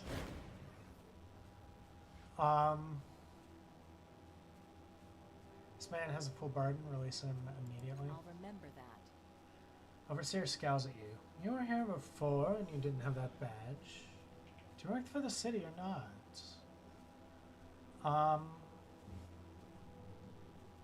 I was undercover before testing you. You did very well, and now I want this man released immediately. I knew this was going to happen. He gives a skeptical glance and then looks over the state of the execution, paying close attention to the signature. Finally, he shrugs. Fine, one moment. He turns and calls the levies. Unmake the death of the condemned and set him free. He is pardoned.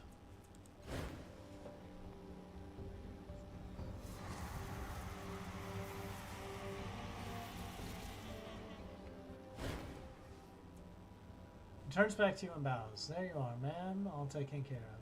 Oh, wait. Reaches into his robe and pulls out a smallish bundle. And here is personal effects, which we're going to give to the poor. I'll remember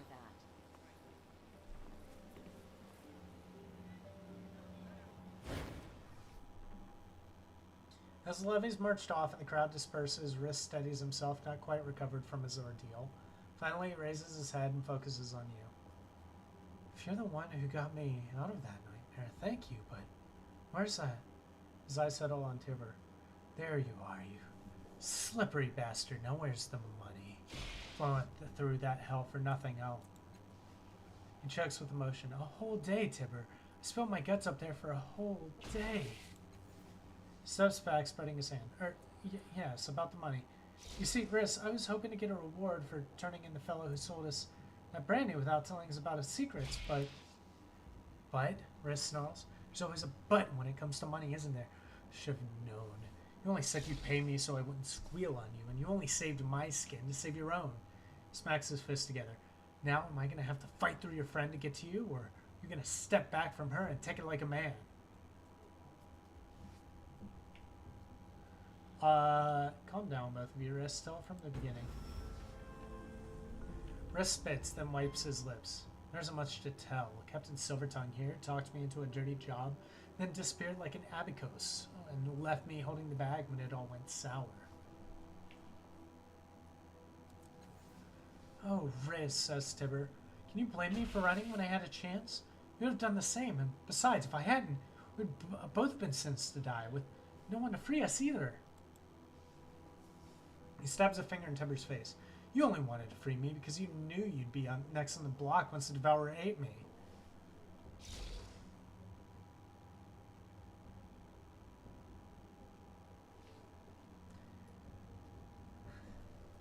I'm with Riss on this, Tibber. You should make amends to him. He's the one who has suffered here. That's right, Riss snarls. And you can start by giving me my share of the spoils. Riss, says Tibber. You don't know what you're talking about. I never got paid, I promise you. He looks at you imploringly. Please, friend, if you're planning to leave town soon, I'd be much obliged if you can take me with you. This misunderstanding is going to get me killed.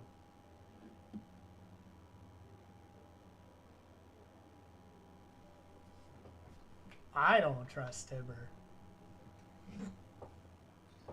I'm actually curious as to which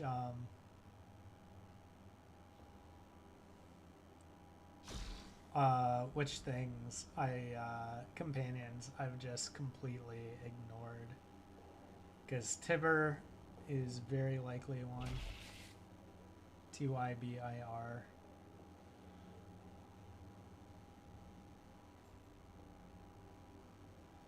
Yeah.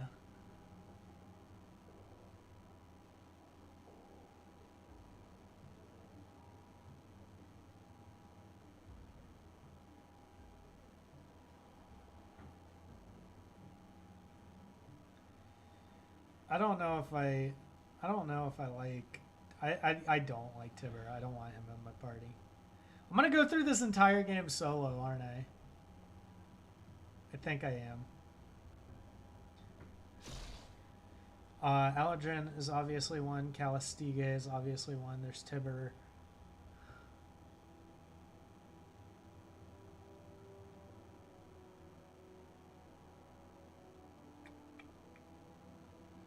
So we'll see. I was hoping that I could get the genocide on my group.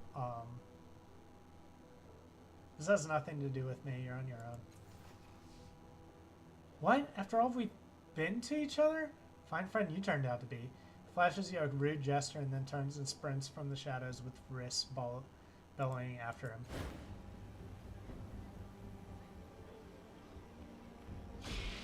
I mean, he got what he deserves.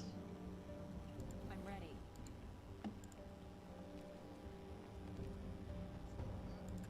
Let's see what this is about. You inch closer to the lattice of energy that holds a creature, and as you lean in, the ugly glaive with the sledgehammer slung over his shoulder shouts at you. Oi, no gawking for free! Bail him or get gone! He glowers at you, hand reaching for the heft of his hammer until you step away from the cage. Yes. I'll be damned if someone steals from us. Let's go. So we have the cult over here that we can probably try to talk to about how to repair the thing. As you approach the clock, there's a pause in the argument the duo next to it are having. A petite woman turns toward you. Her hair is unusual, a light, almost yellow color, and her bright eyes dominate her pretty face. Hey, excuse me, but my colleague and I were having a discussion. Her eyes fall upon your tattoo and her breath catches audibly in her throat. Her partner is an unnaturally tall man, gaunt and sour-faced, his voice sonorous with fingers that twitch and weave through strange contortions. Occasional light sparks in the air as he does. He turns to you and opens his mouth to speak, registers your tattoo and closes again.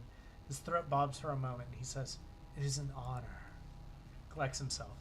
If I might impose on your time for a moment, will you tell me about your tattoo? How did you shape it? Do you know why it differs from the others?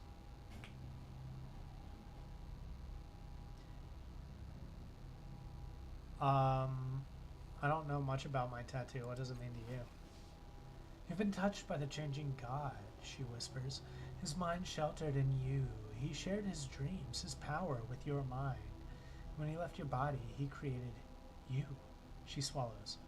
The tattoo marks you, all of you, with his symbol. It grows and changes as you mature, so that it becomes your symbol instead. There are more of you. They call you cast-offs. She cocks her head, studying you. You are welcome here, Reverend One. We stand ready to serve as we can. Have you any questions for us? What do you know? Do you know anything about the sorrow? She shudders and touches herself ritualistically on the forehead and on the lips. A monster of deepest nightmare. I have heard that it wants you dead. Every one of the Holy One's creations, all dead.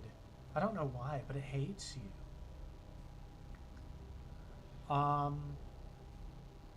Do you know anything about a vice called a resonance chamber? Rumor and conjecture, nothing more. Idle speculation from those who wish to pretend to knowledge of your sire's motivations, passed along as fact. He leans to touch you. Have you seen it? Do you know where it is? What it does? I need to know who can repair it. So you've seen it? You've touched it? She catches herself. She seems almost overwhelmed. Your tattoo, like all the others, but this one is different. Memian, he looks sharply at you, all distraction gone. I do not recognize you, he says. You do not match any descriptions we have recorded. She snaps her fingers as if she is finally figuring out a mystery. Wait. Let me remember your face. She studies you carefully. Oh my, you're new. Are you the changing God? Can it be? She reaches out to touch your sleeve and pulls her hand back quickly. No, I'm not the changing God. He nods, satisfied. As I thought, you are a cast-off, one of his children. He touches you with his long-fingered hand as if in consolation. There is no shame in such a thing. Many cast-offs have come to our attention, and some of them have sought to deceive us, so that we might seem more important. He smiles softly. If you're as new as we suspect, it is better for you, or for us, to know the truth of your existence than to bluster and lie. Crestfallen, she touches your shoulder. Are you sure you're not? She catches herself. No, why would you lie about that? With a noticeable effort, she wrenches herself into optimism and she chirps. But you're new, aren't you? You're new. Have you decided what you'll do? What you'll be? Your sire's other children have done amazing things. Amazing! And no doubt you will as well. He lays a hand on her shoulder and his voice is low, cautionary. Cass. She looks away from you for a moment, swallowing sudden tears, and he says, We have a request for you. He gestures toward the clock behind him. Dark figures circumambulate these clock faces. I theorize that your sire's creation of time shields that protected the city established a connection with his future selves. Given this, we believe those figures may be cast-offs, or ghosts of cast-offs, perhaps. Living shells of the bodies your creator has worn previously.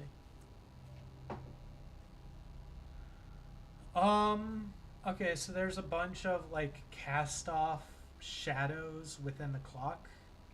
Alright. His fingers shrug eloquently for him. Clock is unmoored in time, you see. We do not have knowledge sufficient to investigate, but you might. You have a connection with he who created the clock.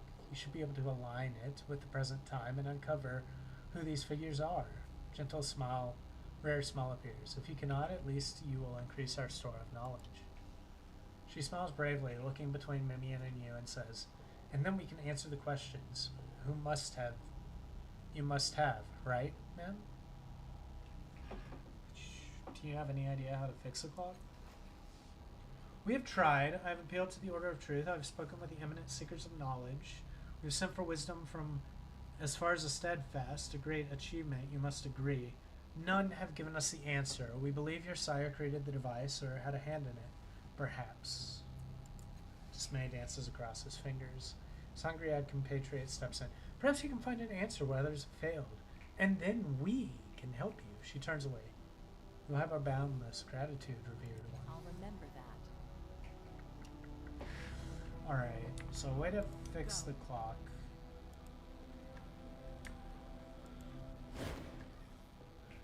Structures embedded in the ground. It was clearly not made by the same people who built Circus Minor. Looks as though the device extends deeper into the ground below the road. Weathered runes are spread across the device's surface. Go.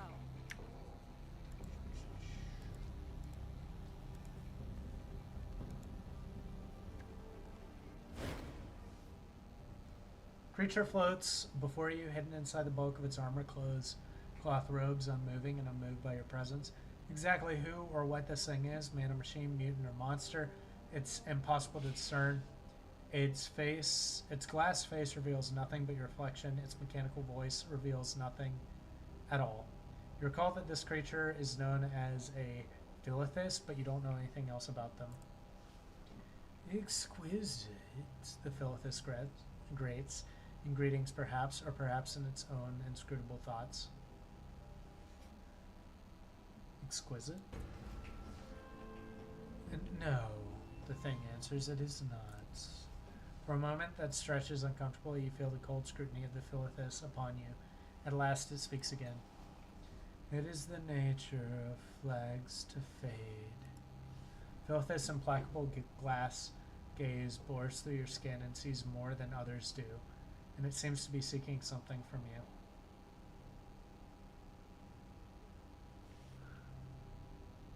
Tell me about yourself.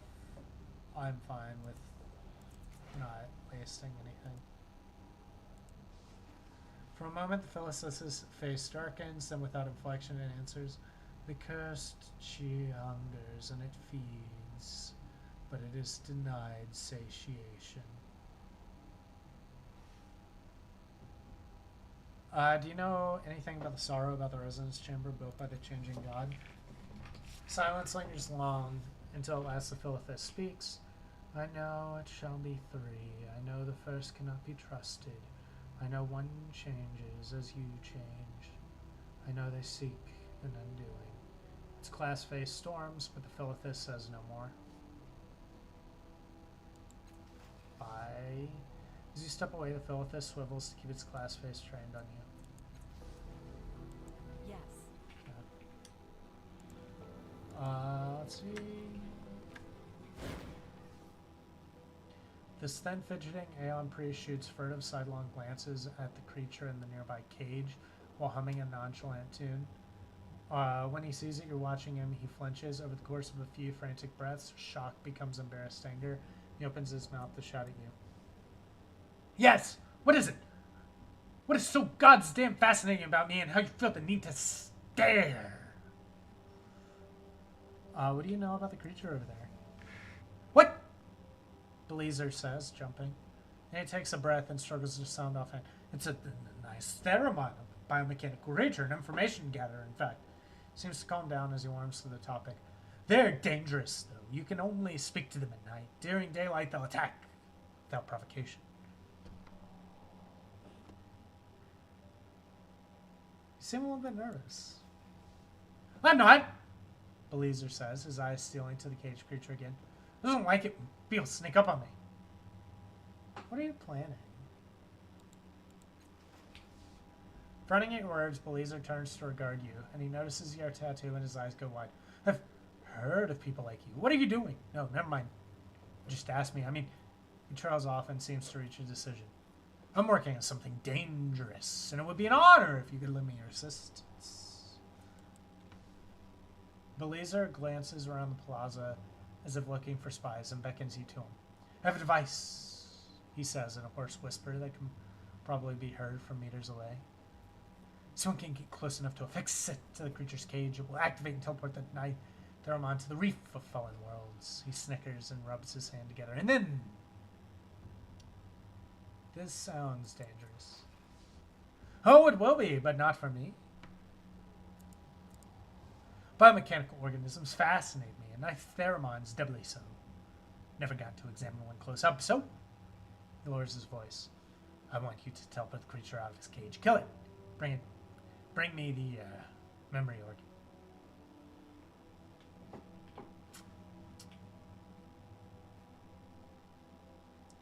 You want me to kill it for its brain? Isn't that murder?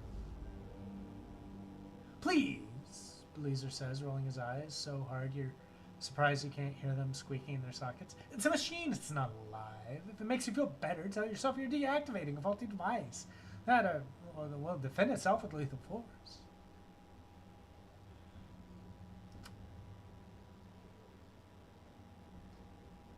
I don't want to help you steal this creature. What? Fine, he says. I can handle this myself. Let me know if you change your mind. Yes, now. El Hinto. In front of you is a weird traveler whose grim visage is mostly obscured by a pointy hat. Upon closer inspection, the lines on his face indicate he has seen much and has many tales to tell. Hello there, friend, he says. Here to see the Numenera. My friend in the cage over there. Are you just looking to spend a word or two? I have some questions about your Numenera. He's far from mine, friend, El Hinto says with a raspy chuckle. As you'll likely see if you get too close to the cage. Tips his hat to you. Go on, ask your questions.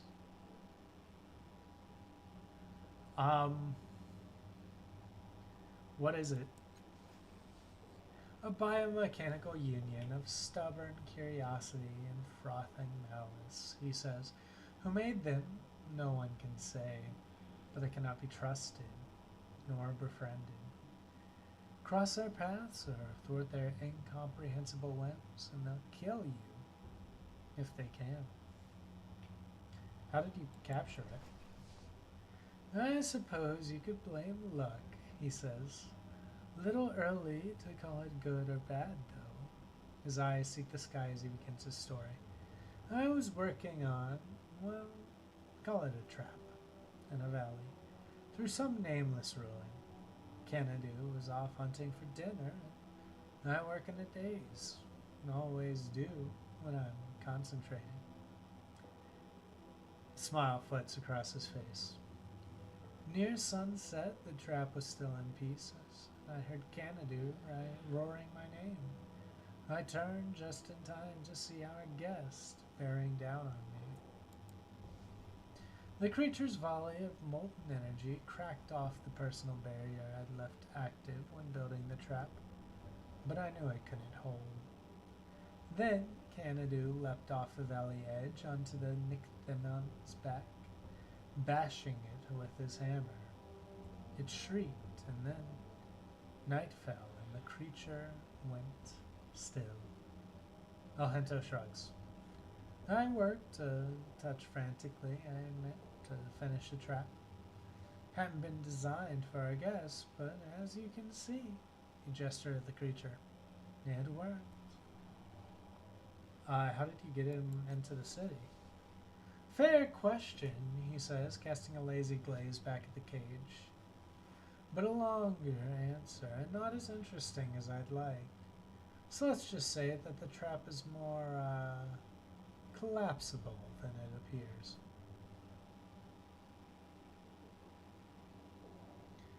You called the creature a he, is it a male? It could be female, or genderless, or many-gender, who can say? I have our friend imprisoned, and I feel better at that fact if I don't call him it. I want to ask about something else. An Aeon priest named Baldur asked me, I'm looking for someone who can repair a complicated device. It must be in desperate shape if you're patrolling the circus, talking to strangers, he says. Do you have a piece of the device? Might be that I can offer my opinion. Man's face carries the impenetrable nonchalance of a lifelong gambler. But even so, you spot a hint of curiosity, hunger even, deep in his glittering lines. Yes, I have the shard of crystal. He accepts the crystal shard with great care, turning it over and over in his cracked hands. In the silence, you catch a hint of wood smoke. Nosa's eyes have turned slate gray. Living crystal, he mutters at last, seeking a greater home. Still warm, maybe alive, maybe thinking. He hands the shard back to you with a touch of regret. Interesting piece of tech, but not one I know much about. Sorry, friend. Try asking around some more. An Aeon priest named Baldur asked me to help steal the Nycthemon. Alhento's frown reappears and deepens. I've met the man, he says, all trace of easy humor gone. But the priests are a power here, and my partner and I are outsiders. I can't accuse the young man of anything without proof. If you want to help us, tell him you've changed your mind and bring his plans to us.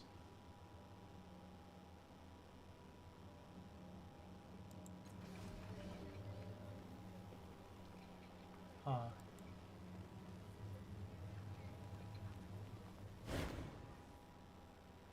Gross inside the cage creature out of the corner of his eye, Baldur doesn't notice you've returned until a few seconds back. He flinches and glares at you. I've changed my mind and I want to help you steal the dude. Thank the God. I mean, good, excellent. How does the teleportation device work? I'm not sure, Baldur admits, mouth twisting. My former colleague found it within the rusted casing of a war machine. I'd say former, because when he activated it, he disappeared. We found his remains spread across the reef. As if he was hurled at the ground with great force. He looks briefly nauseous at the memory. Now, you might be thinking the Nycthemeron will perish in the same manner, and it might, but I wouldn't count on it. The creature can float. Are you sure you don't know how it works? Not yet. All I know is that when it's activated, it teleports whatever is attached to the reef of fallen worlds. Alright, give me the device and I'll see what I can do. I'll remember that.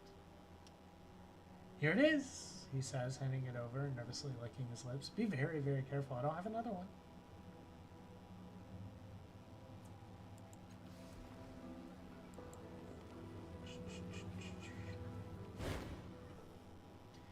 Good to see you again, friend. Here to visit our tentacled guest. I have proof that the Aeon Priest wants to steal the Nyctamon. Here, take a look.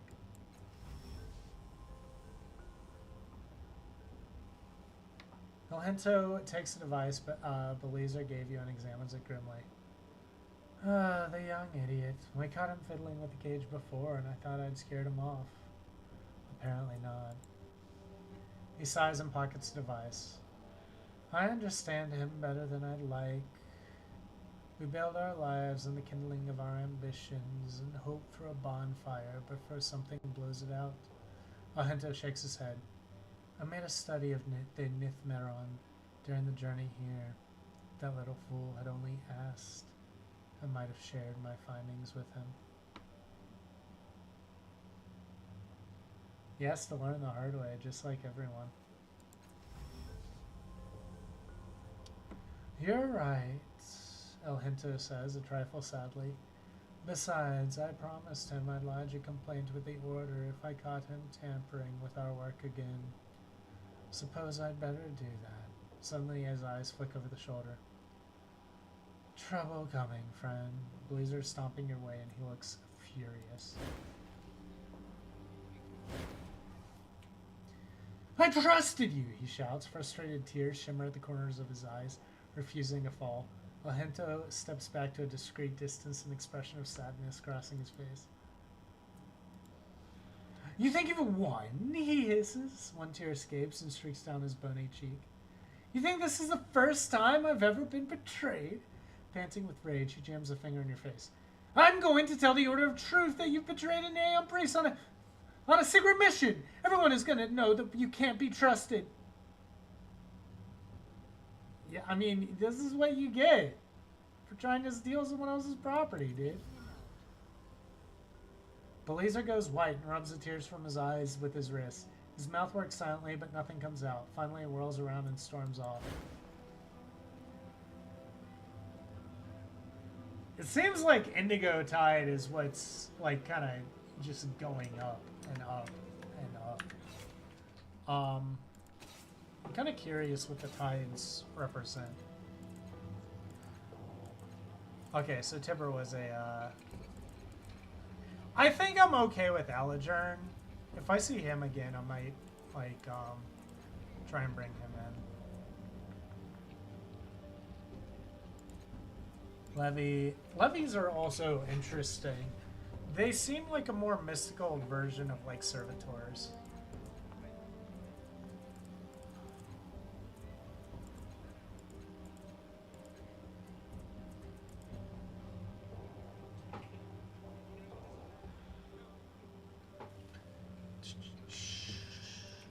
Sorrow.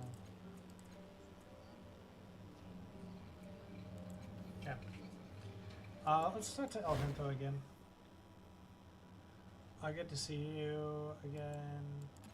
Okay. Yes.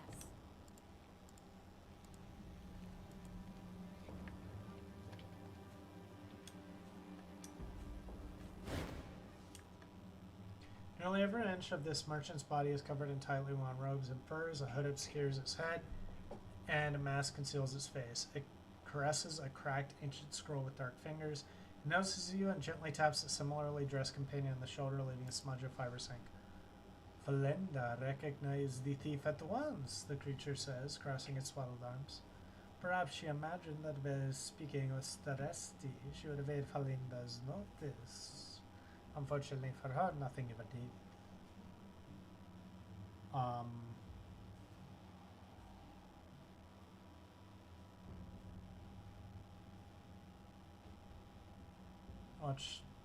Why is your partner narrating me? Staresti either ignores you or does not hear you. Watch her work. What is she doing? Merchant's spread fingers, hands glide over a faded parchment with a faint quill. Sounds of quills scratching, vibrant letters, and an unfamiliar tongue appear in their wake. Watch her work a little bit more. Merchant again passes a hand over the page, and you hear the scrape of a quill on paper. Dark letters emerge from the shadow of that hand as it pulled from beneath the page. Okay. Yes. Alright. So we need to figure out how to fix the mirror. All right.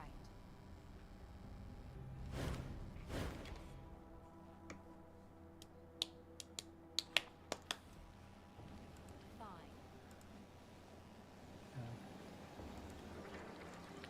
I think that's the underbelly. Metal rungs have been fastened to the side of the structure, extending into the darkness far below.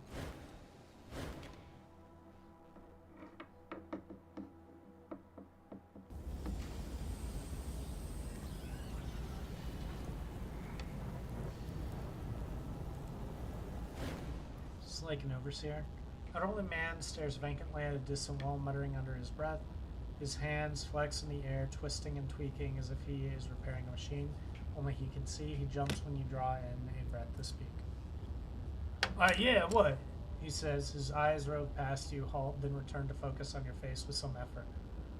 Ain't you a quiet one? He says cheerfully. The underforeman makes more noise than you. Should hang chimes from your ears to keep it from surprising people. What do you need? What do you do here? I take care of my master, he says simply. The underforeman. Used to be some more of us when he was making things, but when he lost interest, the master foreman jerks a yellow thumb at the construct in the center of the chamber. Hire them all. Offer them more. Tarnish spits on the ground. Happened a while back, but I don't forget a slight. How long have you worked with a foreman? Couldn't say, he says. His brow furrows. On my first day, I already met my wife, but she was still married to what's his name? The fish hook tattoo. And I hadn't lost my finger and grown it back yet, so appears at the ceiling, mouth working. 70 years, give or take. I should retire, but there'd be no one left to mind him if I left. What's a foreman? Well, they are, he says, flapping his hand about the cavernous foundry. The constructs. They're frozen in their tracks, but they run the place together.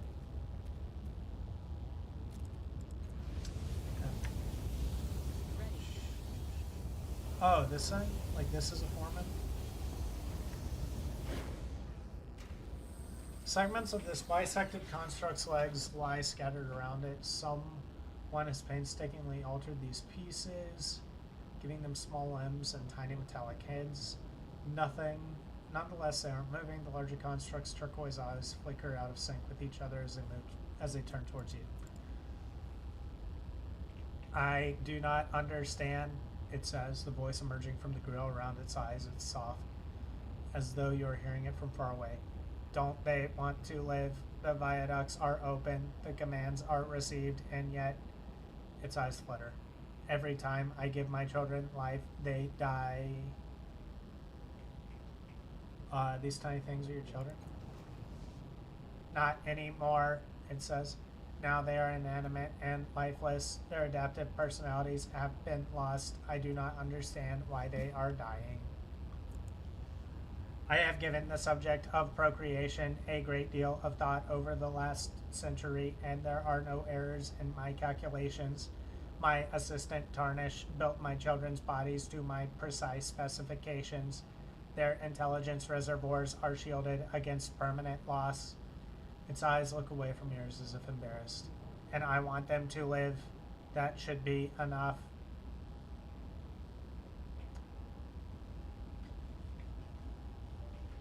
You know, wanting isn't enough. You are correct, it says. Nonetheless, the desire persists. Fortunately, a new direction has presented itself. My children need more energy to live, but my construction prevents me from transfers above a certain threshold, and for a good reason. As pupils rotate, contracting. Energy transfers above a certain percentage would lead to a chain of ruptures in my intelligence rings. I would die. Its voice mesh clicks. Help me force myself to make this transfer, for I cannot do it myself. Click. Help me give my life to my children. Will you help me? The foreman says. The words are almost buried beneath a crackling surge of static.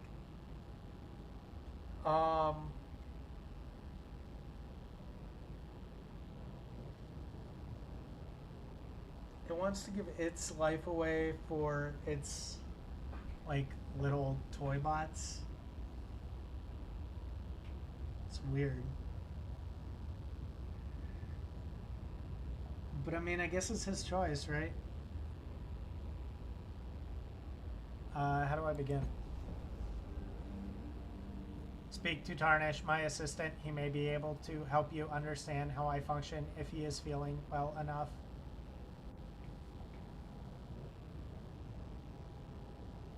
What do you want, children? Need, the construct says. Not want. Its pupils study the distant ceiling. When I was born, I began working in seconds. I did this until our creator shut down our bodies. In the millennia since, I have focused on designing the infrastructure beneath the other foreman's work and instructing workers on how to execute these designs. Its pupils fall back to you. Eventually, I realized I was unhappy.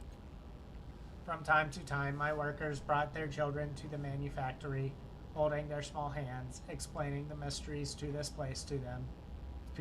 Its pupils flicker off. It began as I thought. What would I teach my own children? To be curious, to explore, to ask foolish questions, to see the world above that we three have never seen. Foreman's pupils reappear. And when I thought these things, I saw the shape of my children outlined by daylight. They already existed.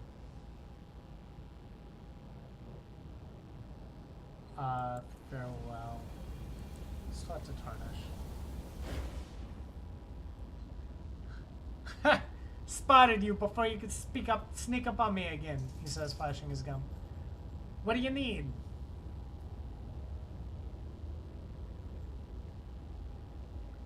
How can I give the foreman's life to its children? I'll remember that. Tarnish says, his eyelids flutter. Not sure. I've been tinkering with this one for 50 years and still only half understand them, says the air, rubbing his lips together. You might try examining them on your own, or you could try talking to one of the Order of Truth.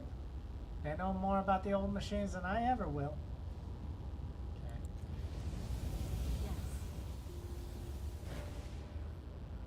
Can I examine you? Yes, it says. Tarnish, open my preserve hatches and viaduct shields, please. The elderly workman shuffles over and does as he's asked. Never seen technology like this. Wires pass through glass tubes, threaded with pale light, star-speckled darkness.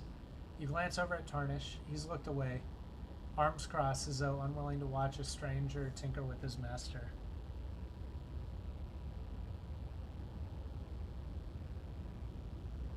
Can you tell me about how you and the other foreman came to be like this? I will not, the foreman says calmly.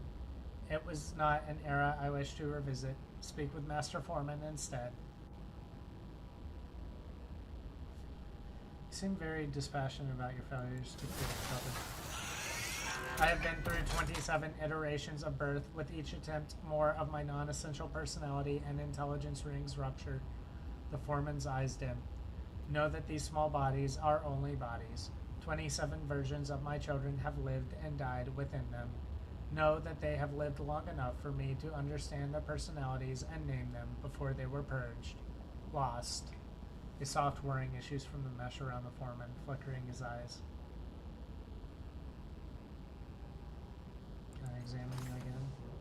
Certainly. Tarnish, open the hatches and shields again, please. Okay, I didn't learn anything. I'm ready.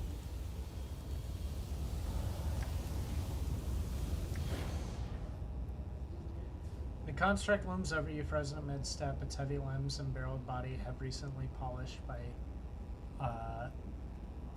careful hands, but the joints themselves are completely fused. The creature hasn't moved in a long time. It studies you with its eyes made of swirling orange fire. Late for your first shift, said Smith. It growls. Grab a station and a hammer and damn well get to work. I'm not one of your workers. You're not good, because I was going to have you fired at the end of the day anyway. What do you want? Why are you here? Spit it out.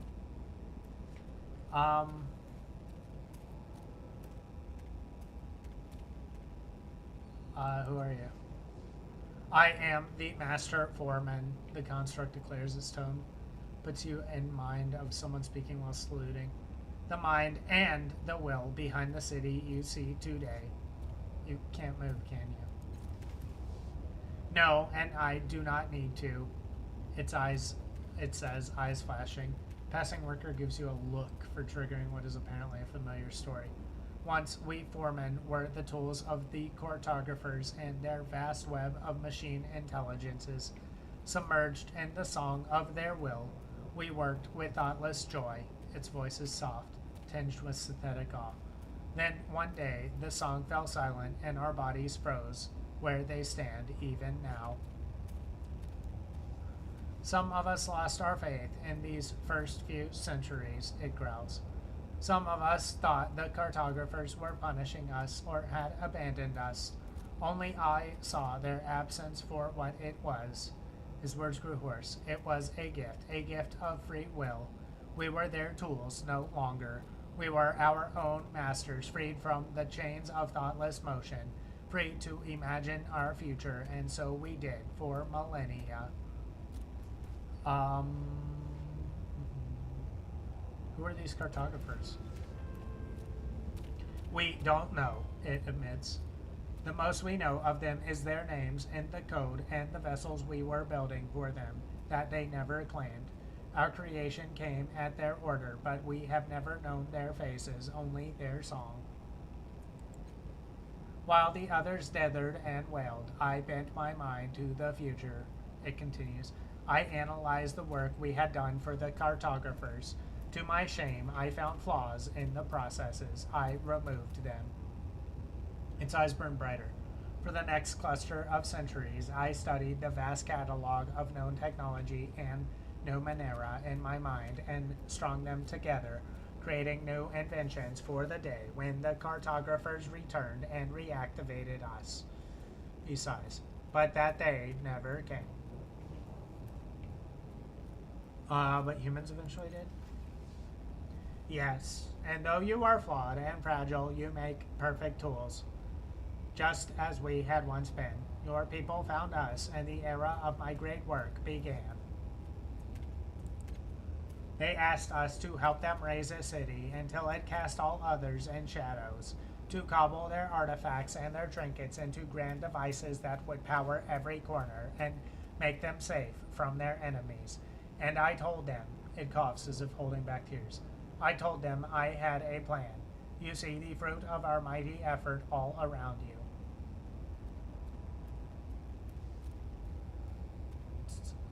Tell me about the other constructs. Can't spend much more time chatting, it says, but lowers its voice. You've shown an interest in us, and I appreciate that. The truth is that there are no other foremen. Not really.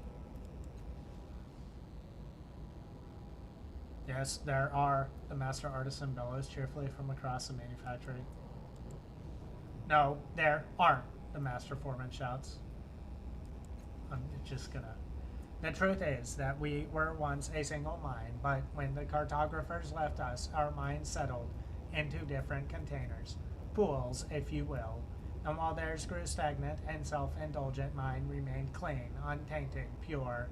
Ignoring the snort from the distant artisan, the master foreman continues. While the years poured past, I felt the slow ruin of the city the cartographers had left behind. It haunted me, and so I vowed to undo the damage that time had done.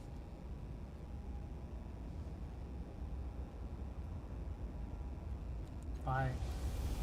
Yes, stay clear of the forge. Okay, I think I'm going to end it here. I might come back tomorrow. I'll probably come back tomorrow.